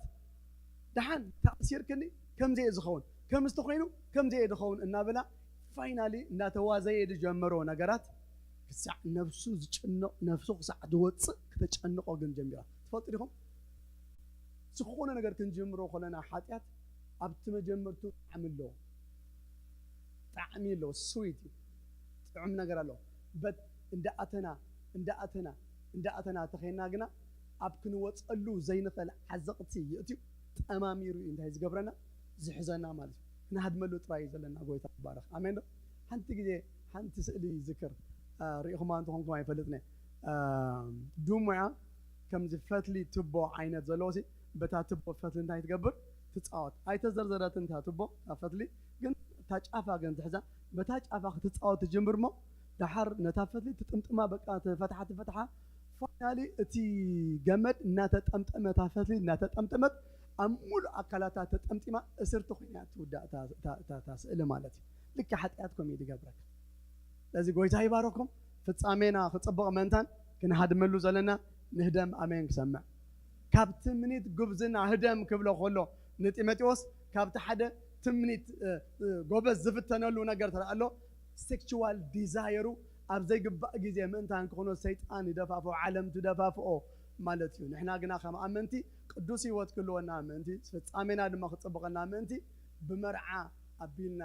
ኢና ናብ ስጋው ርክብ እንታይ ንገብር ንበፅሕ ማለት እዩ ኣሜን ዶ ኣሜን ስለዚ ናይ ስጋው ርክብቲ ዝኸፍአ ነገር ድማ እንታይ ዝኾነ ሰብ ሓጢኣት ዝገብሮ ዘበለ ኩሉ ካብ ስጉ ወፃኢ ዝገብሮ ኢሉ ጳውሎስ ዝዝሙ ግና ኣብ ገዛእ ስጉ ከቢድ እዩ ማለት እዩ ስለዚ ምስ ሰብ ክድቅስ ከለኻ ኣብ ሓደ ስጋ ኢኻ ትኸውን ማለት እዩ ስለዚ ካብቲ ሰብ ናባኻ ዝሓልፍ ካባኻ ናብኡ ዝሓልፍ ብዙሕ ነገራት እዩ ዘሎ ስለዚ ኢትስ ቬሪ ከቢድ ነገር እዚ ብጣዕሚ ክንፅየፎ ዘለና ነገር እዩ ማለት እዩ ጎይታ ይባረኽ ኣሜን ክሰምዕ ኣይነው ንእሽተይ ክብድ ከም ዝብል ፈልጥ እየ ግን ክንናገፍ ስለ ዘለና ግና ክዛረበሉ ባህ ይብለኒ ወይ ከዓኒ ቁም ነገር ገብር ከም ዘለኹ ስለ ዝርዳእኒ ግና ከኽብደልኩም ዋላ ተዘይደለኹ እኳ ግን ክብሎ ናይ ግድን ይኾነኒ እግዚኣብሔር ይባረኽ ተሳልሳይ ጎበዝ ክፍተነሉ ዘለዎ መስተ እዩ ጳውሎስ ስለ ናይ ሕክምና ጉዳይ ብዘመልክ ጥራይ ስለቲ ኣብ ከብድኻ ዝመላለሰካ ዘሎ ሕማም ሒደት ወይኒ ስተይካ ኢልዎ ኣሎ ጢሞቴዎስ ካብኡ ተረፈ ግና መፅሓፍ ቅዱስና ካብ ወይኒ ዘበለ ኩሉ ክንሃድም እዩ ዝነግረና ኣሜን ዶ ጴጥሮስ ካብ መስተን ካብ ስኽራንን ክንሃድም ነጊርና ኣሎ ካብ መስተ ምስ በለ ጣዕቲኣ ድማ ካብ ስኽራን ካኢልና ስለዚ መስተ ናብኡ ስለ ዝወስደና እቲ ቀዳማይ ነገሩ ቀልጢፍና እንታይ ክንገብሮ እዩ ዘለና ክንሃድመሉ እዩ ዘለና መንእሰይ ኩሉ ግዜ ኩሉ ክፍትን እዩ ዝደሊ ኩሉ እቲ በቃ እቲ ምስ ስድርኡ ከሎ ድሰኣኖ ዳሕራይ ግና በቃ ናይ በይኑ ዓለም ክነብር ምስ ጀመረ ክፈታትኖ ይደሊ ኖ ከይተላሕፀፅና ከይተጎዳእና ከይተሃረምና ከና ቀልጢፍና ክንምለስ ምእንቲ መስተ ድማ ክንሃድመሉ ዘለና ነገር እዩ ናይ መስተ ነገራት ድሌታት ብምሉእ ክንቆርፆ ክንክእል ኣለና ባይዘ ወይ እዚኣ ክነግረኩም ሰብ ኣብ ዕድሜው ሜጀር ዝኾነ ሓደ ሃጓፍ ኣለዎ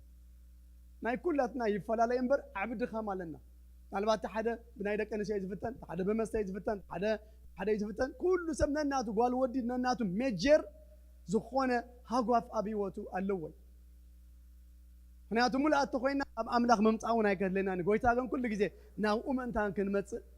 ክንትሕት ምእንታን ኩሉ ግዜ ሓደ ነገር ግና ኣሎ ዝገድፎ ኣብ ሂወትና በቲ ነገር እቲ ብጣዕሚ ክንዓይ ይግባአና እዩ ኣሜን ዶ ካልእ ኩሉ እኮ ክንጥንቀቕ ዝግባአና እንተኾነ እዚኣ ግን እታ ሜጀር ነገር እያ ዕድሜና ሙሉእ ንጥንቀቐላ ኤርያ ጎይታ ይባረኽ ኣሜን ብሩኻት ክብርና ኣምላኽ ይኹን ስለዚ እቲ ሳልሳይ መስተ እዩ ማለት እዩ መጽሓፍ ገለገለ ጥቕስ ከነንብብ እሞ ማይክሮፎን ንዕብዮ ተዛሂብክሞ ሓንቲ ማይክሮፎን ወይ ተስፋ እንብበለይ ተስፋ ኣባኹላ ክንብባ ዳሕኒ ተስፋ እንብብ ምሳሌ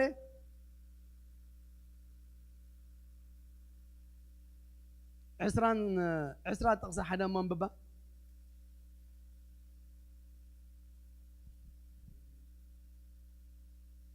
ويني ملاقتي إيو زسكر مستخاء هواخي إيو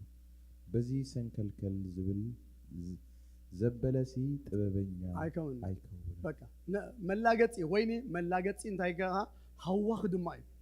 بزي سنكلكل زبل سب انتاي كوني له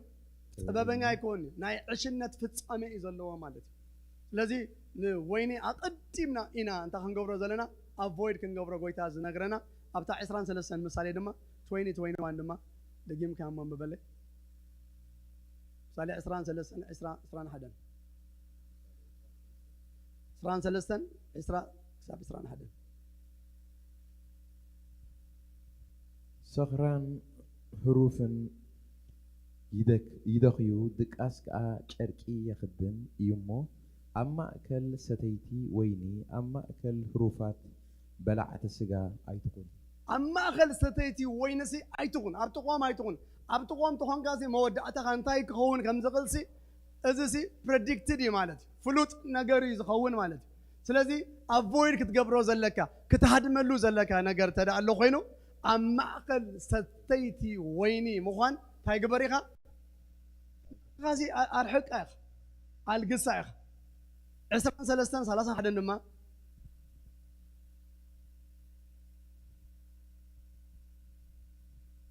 ويني مقيحو أب برلي موعو طعم مورادو أي تتأمتو طعمو مورادو انتهي تقوريها أي تتأمتو وينسي أب برلي تاي مخانو موعو مالسي تسقيلو أبتي شلف وعوعو تريو خلا خاسي أي تبهجو أي تتأمتو يا خا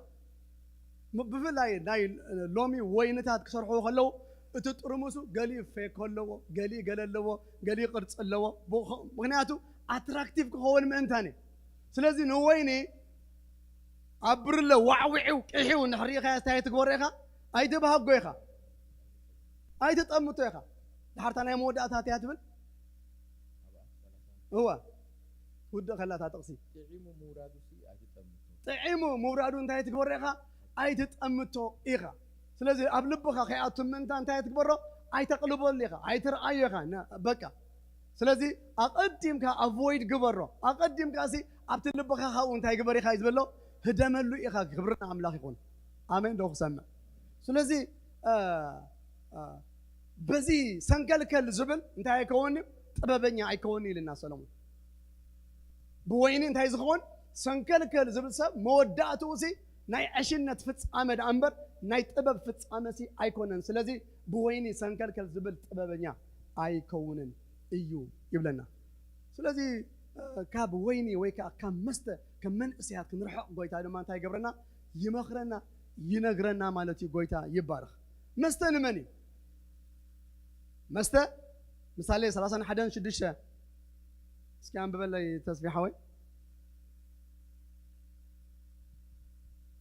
برتو مستسي نتينا بتفقات زقربه ويني قا نتوم نفسهم التمررت سبات داهبو نايز تمررت سب ها نعومي بلنا له سلامون اسران سلاسة غامور ام ببلي حبيرا عن بنك زارمنت هو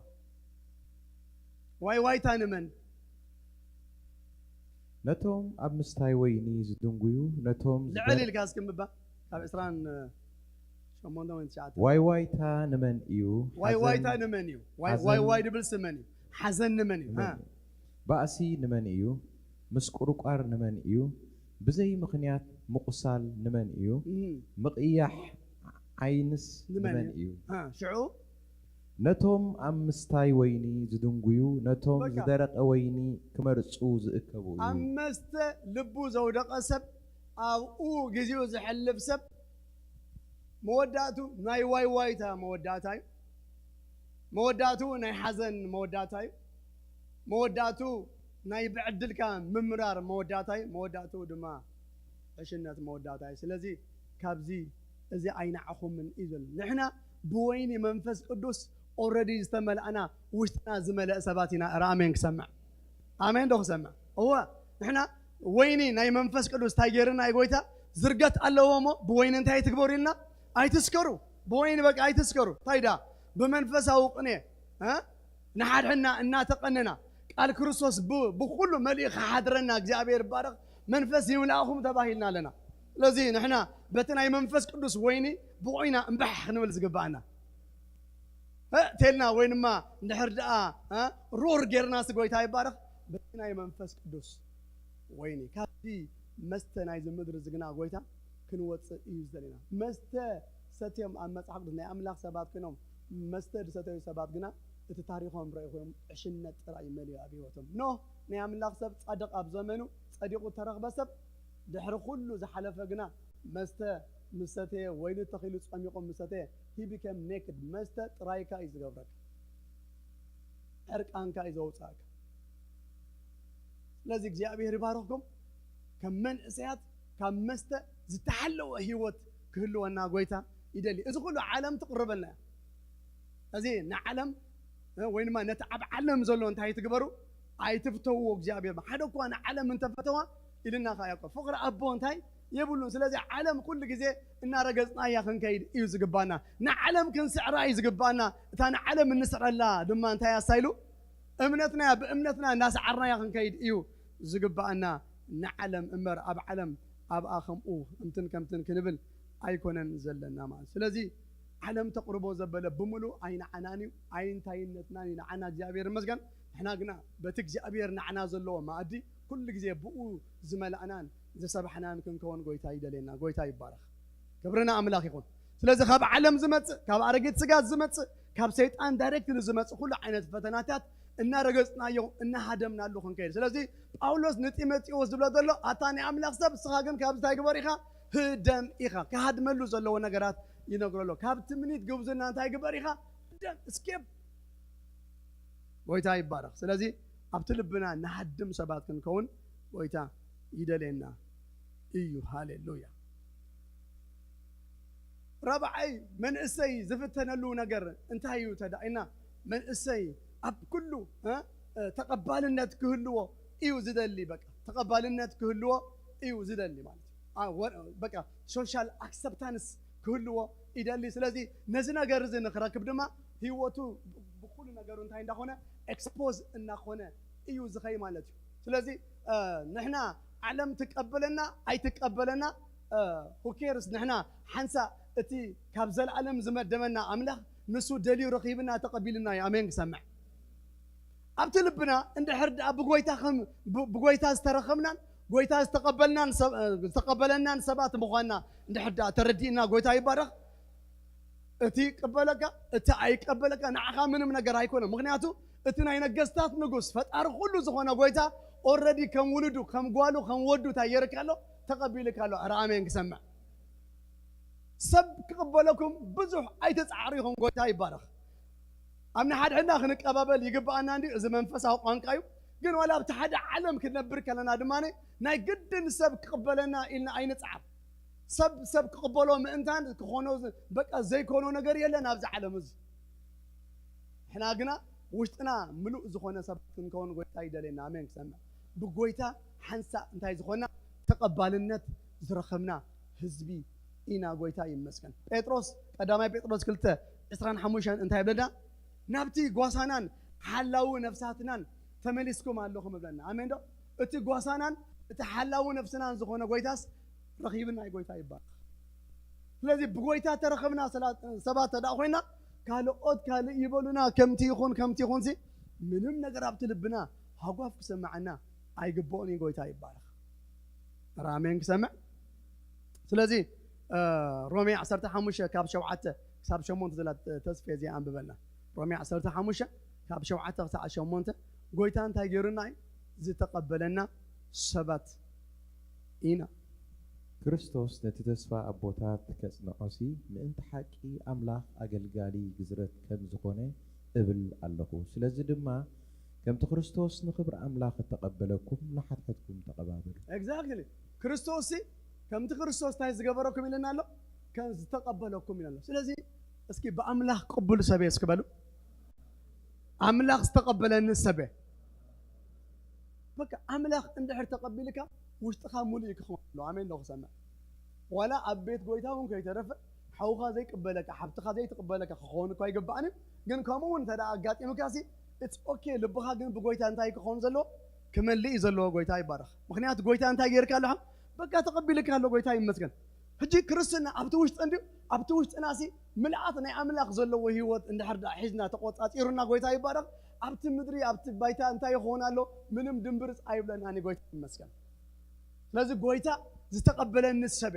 ጎይታ ከም ውልዱ ወደይ ጓለይ ዝበለኒ ሰበ ክንብላ። ስለዚ ሶሻል አክሰፕታንስ ኣብ ደገ ይሃሉ ኣይሃሉ ምንም ኣይኮነ። ሰባት ረሲስት ይኹኑ ኣይኹኑ ኢት ዳዝንት ማተር ቱ ኣስ። ምክንያቱ ሰብ ክቕበለካ እኮ ፅቡቕ እንተኾነ ተዘይኮነ ግን ጎይታ ልዕሊ ኩሉ ኣብ ልብና እንታይ ጌርናዩ ተቐባልነት ስለ ዝሃበና ልብና ሙሉእ ክኸውን ይግብኦ። ጎይታ ይባረኽ። ኣሜን ዶ ከምቲ ክርስቶስ ተቐበለኩም ኢልና ኣሎ ብጎይታ ሓንሳብ ነፂህና ተሓፂብና ውሉድ ኣምላኽ ኮይና ኢና። ጎይታ ይባረኽ። ነቶም ዝተቐበሎም ውሉድ ገይሩ ከዓ ጎይታ ስለ ዝተቐበሎም። ስለዚ ራብዓይ ነገር እዚ ካብዚ ነገር እዚ ህደሙ። ምክንያቱ ኣብ ሰብ ተቐባልነት ክትረኽቡ እንድሕር ዳ ፈቲንኩም እቲ ናይ ኣምላኽ ነገር ኢኹም ሚስ ክትገብሮ ዘይተደለየ ነገር ሓሸወየ ድማ ኢኹም ክትኣቱ ማለት እዩ። ስለዚ ሰብ ይቀበለኩም ኣይቀበለኩም ብዙሕ ኣብኡ ልብኹም ኣይተውድቑ። ኣረ ኣሜን ክሰምዕ ያ ብትብዓት ብቕንዕና ሰላም ሃሊኩም ክትነብሩ ምእንታን እቲ ናይ ጎይታ ምቕባል ንዕኡ ኣብ ልብኹም ኣዕቢኹም ረእይዎኹም። ጎይታ ይመስገን። ሃሌሉያ። ሓምሻይ ብዓለም ዝመፅእ ክንሃድመሉ ዘለና ፈተና ኣብዚ መሬት እዚ ምናልባት ኣብ ዘመን ናይ ጢሞቴዎስ ንጢሞቴዎስ ህደም ተባሂሉ ኢልና ካብ ጢሞቴዎስ ኢና ተበጊስና ንርኢ ዘለና። ግን ገሊኡ እቲ ንሃድሞ ምህዳም ኣብዚ ጢሞቴዎስ ኣብ ዘበኑ ዘይነበሮ ነገር እዩ። ግን ሕጂ ኣብ ዘበንና ስለ ዝመፀና ግን ንሕና ምስ ናይ ጢሞቴዎስ ሓዊስና ክንሃድመሉ ኢና። ኣሜን ዶ ዋ ንሃድመሉ ኢና። ጢሞቴዎስ ኣብ ዘመኑ በቲ ክሃድመሉ ዘለዎ ሽዑ ዝነበረ በታ ሽዑ ዝነበረት ዓለም ሃዲም እዩ። ንሕና ድማ በዛ ሕጂ ዘላ ዓለም እንታ ክንገብር ኢና ምስቲ ናይ ጢሞቴዎስ ሓዊስና ክንሃድም ኢና። ጎይታ ይባረኽ። ስለዚ ሎሚ ክንሃድመሉ ዘለና ድማኒ ፖርኖግራፊ ይኹን ኩሉ ኣምፕሮፐር ዝኾነ ኢንኣፕሮፕሪየት ዝኾነ ሙቪታት ብምሉእ ከም መንእሰይ ክንሃድመሉ ይግባአና። ጎይታ ይባረኽ። ኣሜን ክሰምዕ ዘይተደለየ ስእልታት ፖርኖግራፊ ንፖርኖግራፊ ክሳብ ልዕሊ 80 ሚልዮን ገንዘብ እዩ ዝወፅእ ኣብ ዓመት። ብሩኻት ኣሕዋት ከን ዩ ብሊቭ ዲስ ብዙሕ ገንዘብ እዩ ዝጠፍኦ ሰባት። እዚ ኣጋንንቲ ዘዋሃድዎ ርኩስ ነገር እዩ። ብሩኻት ኣሕዋተይ ካብዚ ከም ኣመንቲ ብጣዕሚ ክንሃድም ኣለና። ኣብዚ ስክሪንና ሞባይልና ኣብ ታብሌትና ኣብ ኮምፒውተርና ኣብ ኩሉ ነገርና እዚ ነገራት እዚ ኣክሰስ ስለ ዘሎ ማለት እዩ ካብዚ ነገራት እዚ ብጣዕሚ ዝሃደምና ክንከውን ይግባአና እዩ። ዓለም ኣብ ማእኸል ገዛና እያ ደላ ኣብ ማእኸል ጅባና እያ ደላ። ንዓለም ክትረኽባ ክትከይዳ ይድለካን እዩ። ኣብ ጅባኻ እያ ደላ ዓለም። ከምቲ ጌርካ ኣውፅእ ተብልክያስ ኣብ ጅባኻስ ዓለም ኣላ እያ። ግን ኣብቲ ልብኻ ግን ፈፂምካ ንዓለም ዘውፃኻያ ክትከውን ጎይታ ይደሊ እዩ። ደቂ እስራኤል ተዓብይ ፀገሞም ዝነበረ ካብ ግብፂ ወፂኦም ከብቅዑ ግን ብልቦምን ብሓሳቦምን ናብ ግብፂ ይምለሱ ስለ ዝነበረ ዳስ ዘ ሜን ፕሮብለም። ኣብ በረኻ ድማ ተሪፎም ማለት እዩ። ስለዚ ጎይታ እንድሕር ዳ ካብ ግብፂ ኣውፂእካሲ ንግብፂ ዘዘክር ንግብፂ ዘመኒ ነገርሲ እንታይ እዩ ዘለዎ ማለት እዩ። ኣብ ግብፂ እኮ ከዓኒ ምንም ዝንየትሉ ታሪክካ የብሎምን እዩ። ኣብ ግብፂ ዘለዎም ታሪክሲ ምብዓጥ እዩ። ምብኳዕ ኣብ ዒድካ ምጡ ምስራሕ እዩ። ከይድካ ሓሰር ምእራይ ኣብ ኩሉ መሮር ከይድካ ሓሰር ምእራይ እዩ። ምንም ዘነይት ዝኾነ ታሪክ ናይ ዓለም ብናይ ዓለም ኣብ ዓለም ከለና እኮ ከምዚና ነርና ትብሉ ሰባት ኣለዎም ኣይተለወጥኩም።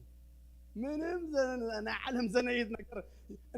ኣብ ዓለም ትገብርዎ ነበርኩም ተሓስቦ ኣለኹም ቅፍፍ ክብለኩም ትብል እዩ ዘለካ ዋይ ኣታ ከመይ ገይረ ከም ዝገብሮ ነይሩ በቃ ቀልቀል ይብለካ ዘሎ እውይ نزارسها بس كتسقي زلك مال عند حدا لا انا قدفنا عند اي تناقف كان اي تلوت كان عالم تقبروز نركا بقى خسقك ايو زلو سلازي بقى ابتطقا قرع خلنا بقى نبلعوز نبرنا شغوت دبا بقى نافقنا يخبل جمر املاح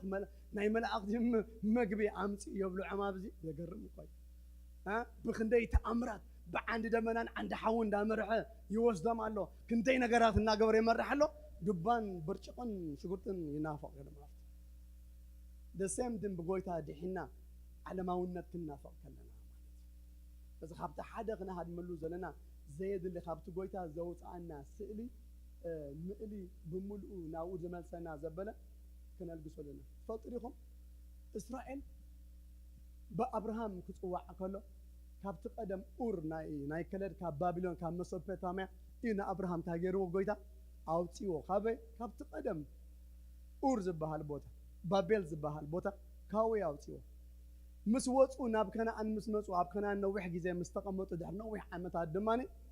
ሕዝቅኤል ከም ዝመዝገበልና ብዛዕባ 23 ብዛዕባ ኦሆላን ብዛዕባ ኦሆሊባን ክዛረብ ከሎ ሰማርያን ኢየሩሳሌም ማለት እዩ ኦሆላን ኦሆሊባን እንዳበለ ይዛረብለን ንሳተን ብምንታየን መንዚረን ይብል ስእልታት ይንሪአን እቲ ስእሊ ከንታይ እንደ ናይ ባቢሎናውያን ኣሰብኡት ንጉዓት ሰብኡት ኣብ ፈረስ ተወጢሖም ሻርባት ዝገበሩ ሰብኡት ዝተኸድኑ ሰብኡት መልክዕ ዘለዎም ሰብኡት ኣብቲ መናድቕ ተሳኢሉ ምስ ረኣያ ተመኔንኦም ማለት እዩ ድሕሪ ከምዚ ኮይኑ ኣነ ከኣነ ኪነ ሩባ ሓፁር ክድርብየኩም ኢልዎም እግዚኣብሔር ስለዚ ሰይጣን ኩሉ ግዜ ካብቲ ዝወፀኻዮ ቦታ ናብኡ ክመልሰካ ይደሊ ፋይናሊ 7 ዓመት ናብ ባቢሎን ካብ ጎይታ እንታይ ገይርዎም መልሶም ትናፍቆት ኮንካ ናይቲ ናይ ዓለም ነገር ክትመለሶ ኢኻ ኣም ሲሪየስ ትናፍቆ ተዳ ኮንካ ክትፀልኦ ይዘለካ ክትሃድመሉ ይዘለካ ራሜን ክሰምዕ ያ ስለዚ ንደቂ እስራኤል ን7 ዓመት ናብ ባቢሎን ዝወሰዶም ጎይታ ስቂል ይኮነን ብስእሊ ምስ ራእየቶም ተመንያቶም ሰማርያ መጀመርታ ተመንያ ከይዳ ዳሕራይ ተሓብታ ኦሆሊባ ድማ ካብ ሓብታ ክትማሃራይ ካልኦትን ዝደት እኳ ንሳ ካብ ልዕሊያ ካብኣ ንላዕሊ እንታይ ገበረት ዕብዳን ገይራ ዕብዳን ሰሪሓ ንዓ ድማ ናብ ባቢሎን ክወስዳ ኢሉ ንባቢሎን ኣግዒዝዋ ጎይታ ስለዚ እቲ ናይ ድሕሪ ዝነበረና ሂወት ክናፍቆ ይብላን ስእሊኣ ግርያ ብስእሊኣ ተሳሒባ ናብኦም ብስእሊ ከይረኸበቶም ክላሲ ብስእሊ ግን ምስኦም ግን ወዲቓ ማለት እዩ ከምኡ ደሊኸዋ ብኣካል ከወስደከ ኢልዋ ጎይታ መሊስዋ ስለዚ ናብቲ ናይ ዝነበረና ዓለም ዝወስደና ዘበለ ኩሉ ስእልታት ተኸንገብሮና ኣቮይድ ክንገብሮ ክንሃድመሎም እዩ ዘለና ብሩኻት ኣሕዋት ክንሃድም ይግባአና እዩ ሎሚ ብፖርኖግራፊ ፖርኖግራፊ ካብቲ ሓደ ሕማቕ ነገሩ እንታይ እዩ ከም ንካልእ ኩሉ ነገር ኣዲክሽን ኣብ ሂወት ሰባት ስለ ዘምፅእ እዩ ምናልባት ሓንሳእ ክትሪኦ ድሓን ክመስለካ ኽእል እዩ በት ከምቲ ዓንተ ወይ ነገርኩም ኣዲክሽን ኮይኑ ኣብ ሂወትካ ክትወፀሉ ክሳዕዘይ ትኽእል ምንጋፍ ክሳዕዘዘይካ እናገበረካ ኸይድ ይከኣል እዩ ማለት እዩ ስለዚ ካብዚ እንዳሃደምና ክንከይድ ይግባአና ያ ብቅድስና ሂወትና ዝተሓሎም ምክንያቱ ኣምላኽ ዝመኸረናን ዝረኣየናን ንዓና ብዓብዩ ዘላለም ሂወት ኣሎ ካልኣይ ነገር ድማ ኣብ ምድሪ ድማ ናይ እግዚኣብሔር ሓሳብ ከነተግብር ተዳ ኮይና ካብዞም ብሙላእቶም እዚኦም እንዳወፀና እንዳተፈለና እንዳሃደምና ክንከይድ እንድሕር ደኣ ክኢልና ጥራይ ክልቲኡ ነገር ብሓንሳብ ከምዚ ኢልና ናይ ኣምላኽ ነገርን ናይ ዓለም ነገርን እንዳሓዝና ክንከይድ ፈፂምና ይኽእልኒ ኢና ኣይከኣልኒ ብሩኻት ኣሕዋት ስለምንታይ ኢኹም ብክልተ እግርኩም ትዕንኩስ ኢልዎም ኤልያስ ምሽ ብክልተ እግርኻ ኣይትዕንክስ ኢኻ ወይ ኣብዚኻ ክትኮን ዘለካ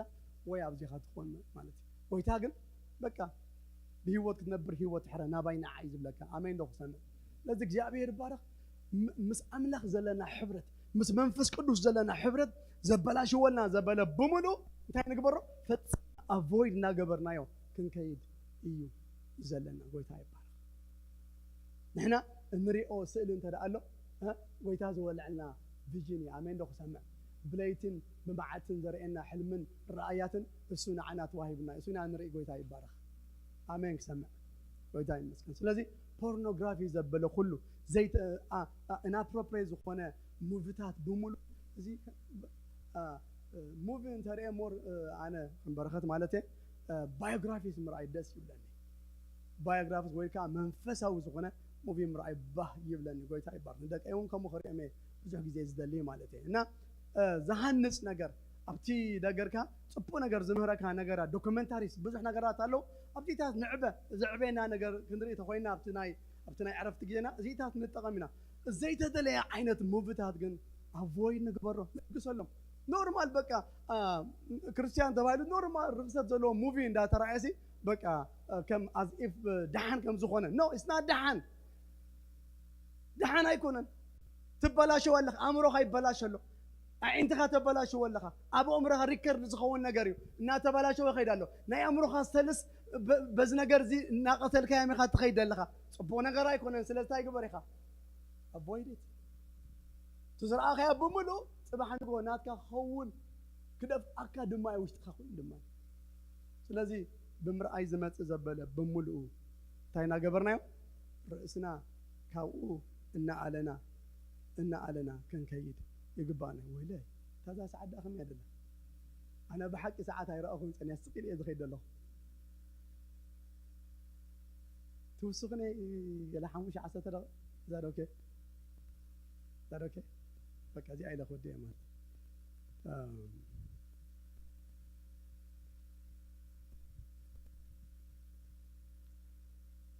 ማለት መንእሰይ ዝፍተነ ብዙሕ ነገር እንድዩ ብዙሕ ነገር ድማ እየ ፅሒፈ ዘለኹ ግና እዚኣ ኢለ በዚ ክንውዲ ኢና ንሎም መዓንቲ ጎይታ ይባርኽኩም ኣነ ሞር ኣብቲ ናይ ጢሞቴዎስ ብጥቕስን ጥቕስን እንዳረአና ክንከይድ ነይሩ መደበይ ግን እንደገና እዚ ነገር እዚ ድማ ንልበይ ብዙሕ ስፍራ ስለ ዘረኽበ ኣብዚ ክንዘራረብ ደልየ ንእሽተይ ሽፍቱን ገይረ ኣለኹ ግን መበገሲና ስቲል ኣብቲ ጢሞቴዎስ ኢና ዘለና እግዚኣብሔር ምስገን ካብኡ ተበጊስና ኢና ዝኽእሉ ንርኢ ዘለና ጎይታ ይባረኽ ስለዚ መንእሰይ ካልእ ክሃድመሉ ዘለዎ ነገር ተደኣ ኮይኑ በቃ ፍሉጥ ናይ ምዃን ድሌት ፍሉጥ ናይ ምዃን ምድላይ ኣብቲ ልብና ከም መንእሰይ ንደልዮ ነገር እንድዩ ካብዚ እውን እንታይ ንግበር እንዳሃደምና ንኸይድ ኣሜን ዶ ክሰምዕ እዋን ፍሉጥ ምዃን ንሕና ንጎይታ ከነፍልጦ እምበር ርእስና እንዳተፈለጥና ክንከይድ ኣይኮነን ፀውዒትና ኣሜን ክሰምዕ እስክና እዚኣ ንሕተረዲኣትኩም ክብዳ ዘለታ ውድእት እያ ተሓሰብ ንሕና ጎይታ እንዳርኣናዮ ኣብ ዘመንና ክንከይድ ንርእስና ግን እንዳተሓባና ክንከይድ እዩ ጎይታ ዝፅበየና ክርስትና ኢስና ዳባዳስ እስኪጥቃኹም ዝኽእል ሰብ እቲ ክርስትና ሲ ብዛዕባኻ ኣይኮነን በሎ ብዛዕባ ትፀውዐካ ይበሎ It's not about me. It's not about you. It is about him. ጎይታ ይባረኽ ብዛዕባ እቲ ዝፀውዓና ኢዳ እምበረ ብዛዕባ ናስ ኣይኮነን ብሩኻት ኣሕዋተይ ክብሪ ጎይታ ይኹን ራሜን ክሰምዕ ስለዚ ኣብ ዓለም ትኾንካ ርእስኻ ከተቕርብ ኣለካ ፕሬዘንት ክትገብር ኣለካ ኣነ ከምዚ እዚ ክገብር ይኽእል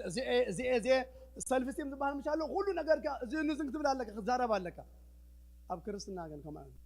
ንዑ ኢኻ ተርእዮ ንስኻ ኢኻ ርእስኻ እንታይ ትገብር ሓይልኻን ብርታዕኻን ነገርካን ኩሉ ንሱ ርእስኻ ተፋልጠሉ ነገር ኣይኮነን ክርስትና ህይወት ንጎይታ ግን ኣብ ህይወትካ እንዳርኣኻዮ ትኸይድ ህይወት እዩ ራሜን ክሰምዕ ካልኣይ ቆሮንጦስ ምዕራፍ 5:15 እቶም ዘለዉ ሲ ነቲ ምእንትኦም ዝሞተን ዝተንስአን እምበር ንርእሶም ምእንቲ ከይነብሩ ንሱ በጃ ኩላቶም ሞተ ጎይታ ሲ ንሕና ንዑ ክንነብር ምእንቲ ሞይትና እምበር ንርእስና ተፈላጣት እንዳኾና ክንከይድ ስለዚ መንእሰይ ክዓቢ ከሎ ጓል ክትዓቢ ከላ እንዳተፈልጠት ህብብቲ እና ንየሱስ ኢና ህብብ ንገብሮ ጎይታ ይባረኽ ኣብ ልቢ ሰባት እናሰኣልናዮ ንጎይታ ኢና ንኸይድ ንጎይታ እንዳርኣናዮም ኢና ንሰባት ኣብ ዘመን ህይወትና ንኸይድ እግዚኣብሔር ይባረኽ ራሜን ክሰምዕ ስለዚ ፍሉጥ ናይ ምዃን ሕማም ክሕዘና የብሉን ግን ካብቲ ከምኡ ዓይነት ነገር ግን እናሃደምና ኢና ንኸይድ ልቋስ 17 ጎይታ ኢሉ ንስኻትኩም ድማ ኩሉ ምስ ገበርኩም ንሕና ዘይንጠቅም ባሮት ኢና ትዝግባአና ዝገበርና ቦታይ ማለት ርእስኻ ኢኻ ትሓቢ ኣብ ክርስትና ርእስኻ ኢኻ ትስውር ጎይታ እንዳድመቕካዮ ግን ትኸይድ ኣሜን ዶ ክራይስት ኣብ ህይወትካ እናጎልሐ እናዓበየ ይኸይድ ንስኻ ግና እንታይ እንዳኾንካ እንዳነኣስካ እናደቐቕካ ኢኻ ትኸይድ ንዮሃንስ መጥመቕኮም ኢሎሞ መምህር ኢሎሞ ጎይታ ኢሎሞ እቲ ንስኻ ደጥመቕካያሲ ኩሉ ሰብ እምበር ናብኡ ስዕቦ ኣሎ እዛ ናትና ቲምናሲ እናዋሓደት ትኸይድ ኣላ እቲኣ ተዓቢ ኢሎሞ ንሱ ክዓቢ ኣነ ክነእስ ይግባአኒ እሱ እዩ ትመርዓዊ ኣብ ጥቓ ትመርዓዊ ዘለዉ ኩሎም ድማ ብናይ ትመርዓዊ ነገር እንታይ ይኾኑ ይሕጎስ እዮም ስለዚ ሂዝ the bridegroom not me ኣነ ክነእስ نسخ عبي جبا يوحنس متما كاب أغنس خاب تولو كاو زعب سبيل تولى he was very humble آمين دوخ سمع نقوليتا زرعي سب إيو قويتا يمسكن سلازي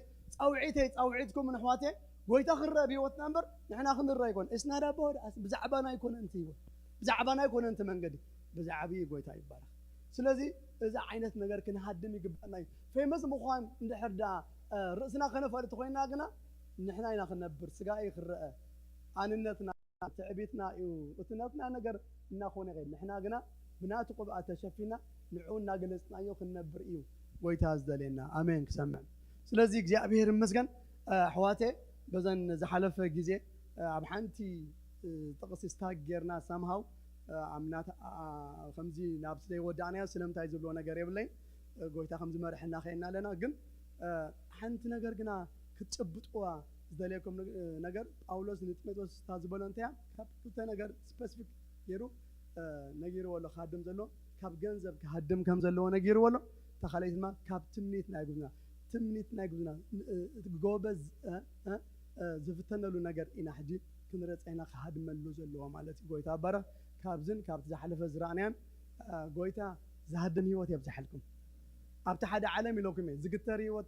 كم جيلو الرؤوس در سبيو انتهي بهال جقنا أبزع علم زياناتنا علم زي أجنا أبزع قويتا علم جن بلبو انتهي زقبر زهدم سبي جقنا زبهال قويتا يبارا سلازي كنهدم قويتا كل جزء تسقو يبزحلنا موداتنا في الصامينا قويتا يتسبق تسأل قويتا بارك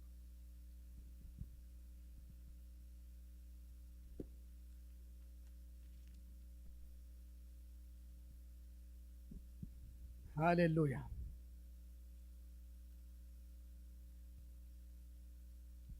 بلو جزء وسيدة سلازلهم بقطع أبتنا يمات أوكم كيدنا من يتعطنا بأيام تعلموا قويتا يباركم ودي الله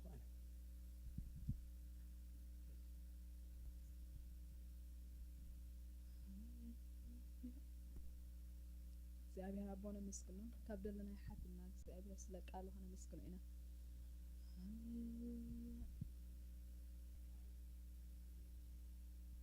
ስምካ ይባረክ ጎይታ በተዘለና ትምህረና ስለጻንሐካ ነመስክነካ እግዚአብሔር አቦ ለማ አንተ ምርጫና ንጎረ በቃ ካብ እግዚአብሔር ዝፈለና ዝኾነ ዓይነት ይኹን ነገር በቃ ካብ ህይወትና ከነርሕቕ ሃሌሉያ أبراوان كميلو اتزطبقكم خبدنا حد نرحق مرحق نايمن قداي لا قداي ابت نحنا دوسنا له ابت نحنا ديسايد جبرنا له كرحق ايد بنا له እግዚአብሔር ጸጉ ይብዝحنا መልሱን አፍትናቱ ፕላን ያቀርበና በቃ ዲሳይድ ገረላሁ ጎይታ ካብቲ ካባኻን ኸይቀርብ ድሕዘን ዘበለ ነገር ይርሐቅ ኣለሁ በቃ ካብትናት መደብ ካብትናት ዕላማ ጎይታ ዘርሐቀን ዘበለ ኩሉ ነገር ጎይታ ካብ ግዜ ኣብዲከም ምጥፋእ ድዩ በቃ ካብ ዘይጠቅም ዕላላ ድዩ ካብ ኩሉ ነገር ቅዱስ እግዚአብሔር ይርሐቅ ኣለሁ ምርሐቅ ኹነና ሕዋተይ በቃ ናብቲ ተጸዋዕና ናብቲ ምድብ ዕላማ ኣምላኽ ምስጋር ኹነና ለይትን መዓልትን ድምፂ ኣምላኽ ክንሰምዕ ለይትን መዓልትን ሓሳብ ኣምላኽ ክንፈልጥ حسب أملاخ أنتي مخانو ما أنت مرميركم كتفاتوسي بمحداس حسابكم تلوت أمبرز على مزاس أيتم سلوا إلنا قالوا بقى كن حداس إجزابير كن لوت بقى كابت صباح every time قويتا جزء وسنا أنتيو كابهدر حق نزل لك نبت أكانكم يمش غيرو نت እግዚአብሔር አይተሰድዎ ዝበለስ ንዑስ ተመኒዎ ነፍትና እግዚአብሔር ተቀደሰ ነገርሲ ንዑ ተመኒዎ ተመንኽዎ ወሰድክዎ ኢሉ ካብ ከምዚ ዓይነት ትምኒት ንሪኦ ነገራት ክንርሕቕ ጎይታ እስኻርዳና እግዚአብሔር ካኻ ብህዝብ እስራኤል ርሒቑ ማለት እዩ ካብቲ ተሓር መስለት ሰው ዝወሰደ ርሒቑ እግዚአብሔር ካኒ ነቲ ጌጋ ዝገበሩ ካኒ ተኣሚኑሉ እግዚአብሔር ካ ተመሊሱ ናብ ህዝብ እስራኤል ማለት እዩ ከምኡ ካኒ በቃ ካብቲ እግዚአብሔር ደይፈቀዶ ነገር ንቀርቦ ነገር ተሎ ጎይታ ክረዳና ኣብዚ ነፍሱ ሰሉ በቃ ሃሌሉያ ጎይታ በቃ ዝሓስክዎ ነገር ዲብ ህይወቴና ዓኻ ባህ ዘይብል ነገር ቅዱስ እግዚአብሔር አቦ ቅድስና ህይወት ደም ተመላለስኩ እግዚአብሔር አቦ ብዕላላት ሄደ በሁሉ ነገራት ሄደ ደይኽበርኩኻ ብዕንተይ ዝረአዮ ኦዴ በእዛኔ ዝሰምዖ ኦዴ ቅዱስ እግዚአብሔር አቦ በቃ ኃጢአተይ ይቅረበል እግዚአብሔር አቦ ኃጢአትና ይቅረበል ቅዱስ እግዚአብሔር አቦ ናፍት ዋዕካና ዕላማ ናፍትናትካ ነገር ግን ምድያብ ክኾነልና እግዚአብሔር አቦ መንፈስካ ሎሚ ክትረድአና እግዚአብሔር አቦ ናባኻ ቀሪብና ኣለና ብትምህርትኻ እግዚአብሔር አቦ በቃልካ እግዚአብሔር አቦ ክትምህረና ጸኒሕካ ኢኻ ከተሳግረና ከተናግፈና ጸኒሕካ ኢኻ እግዚአብሔር አቦ ሃሌሉያ ጎይታ ከምቲ ደኣተናዮ እግዚአብሔር አቦ በቃልካ ብፍልጠት ስለ ዘዕፀቕካና ንመስግነካ ኣለና እግዚአብሔር አቦ ስምካ ይባረኽ እግዚአብሔር አቦ ሃሌሉያ ነቲ ሕፍረት ንዒቑ እግዚአብሔር ነቲ ኣብ ቅድሚኡ ዘሎ ሓጎስ ክብል መከራ መስቀል ዝተዓገሰ ጎይታ ኢየሱስ ናብኡ ንጠመት በቃ ንስኻ ክኸውን በቃ ንስኻ ክትከውን ጠመተና እግዚአብሔር አቦ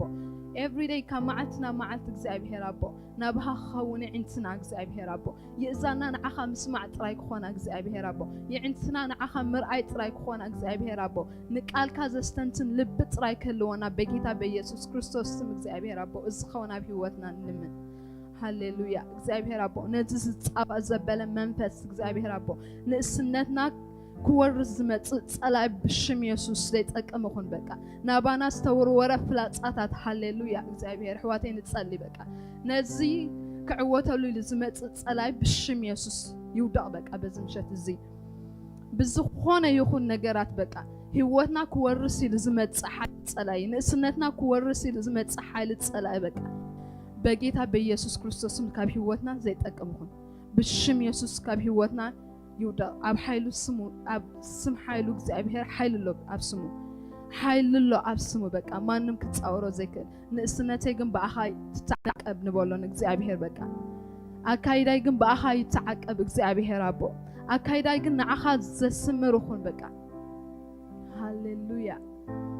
ሃሌሉያ እግዚአብሔር አቦ ንዓኻ ዝኽብር ንእስነት እግዚአብሔር አቦ ንዓኻ ልዕል ዘብል ንእስነት ቅዱስ እግዚአብሔር አቦ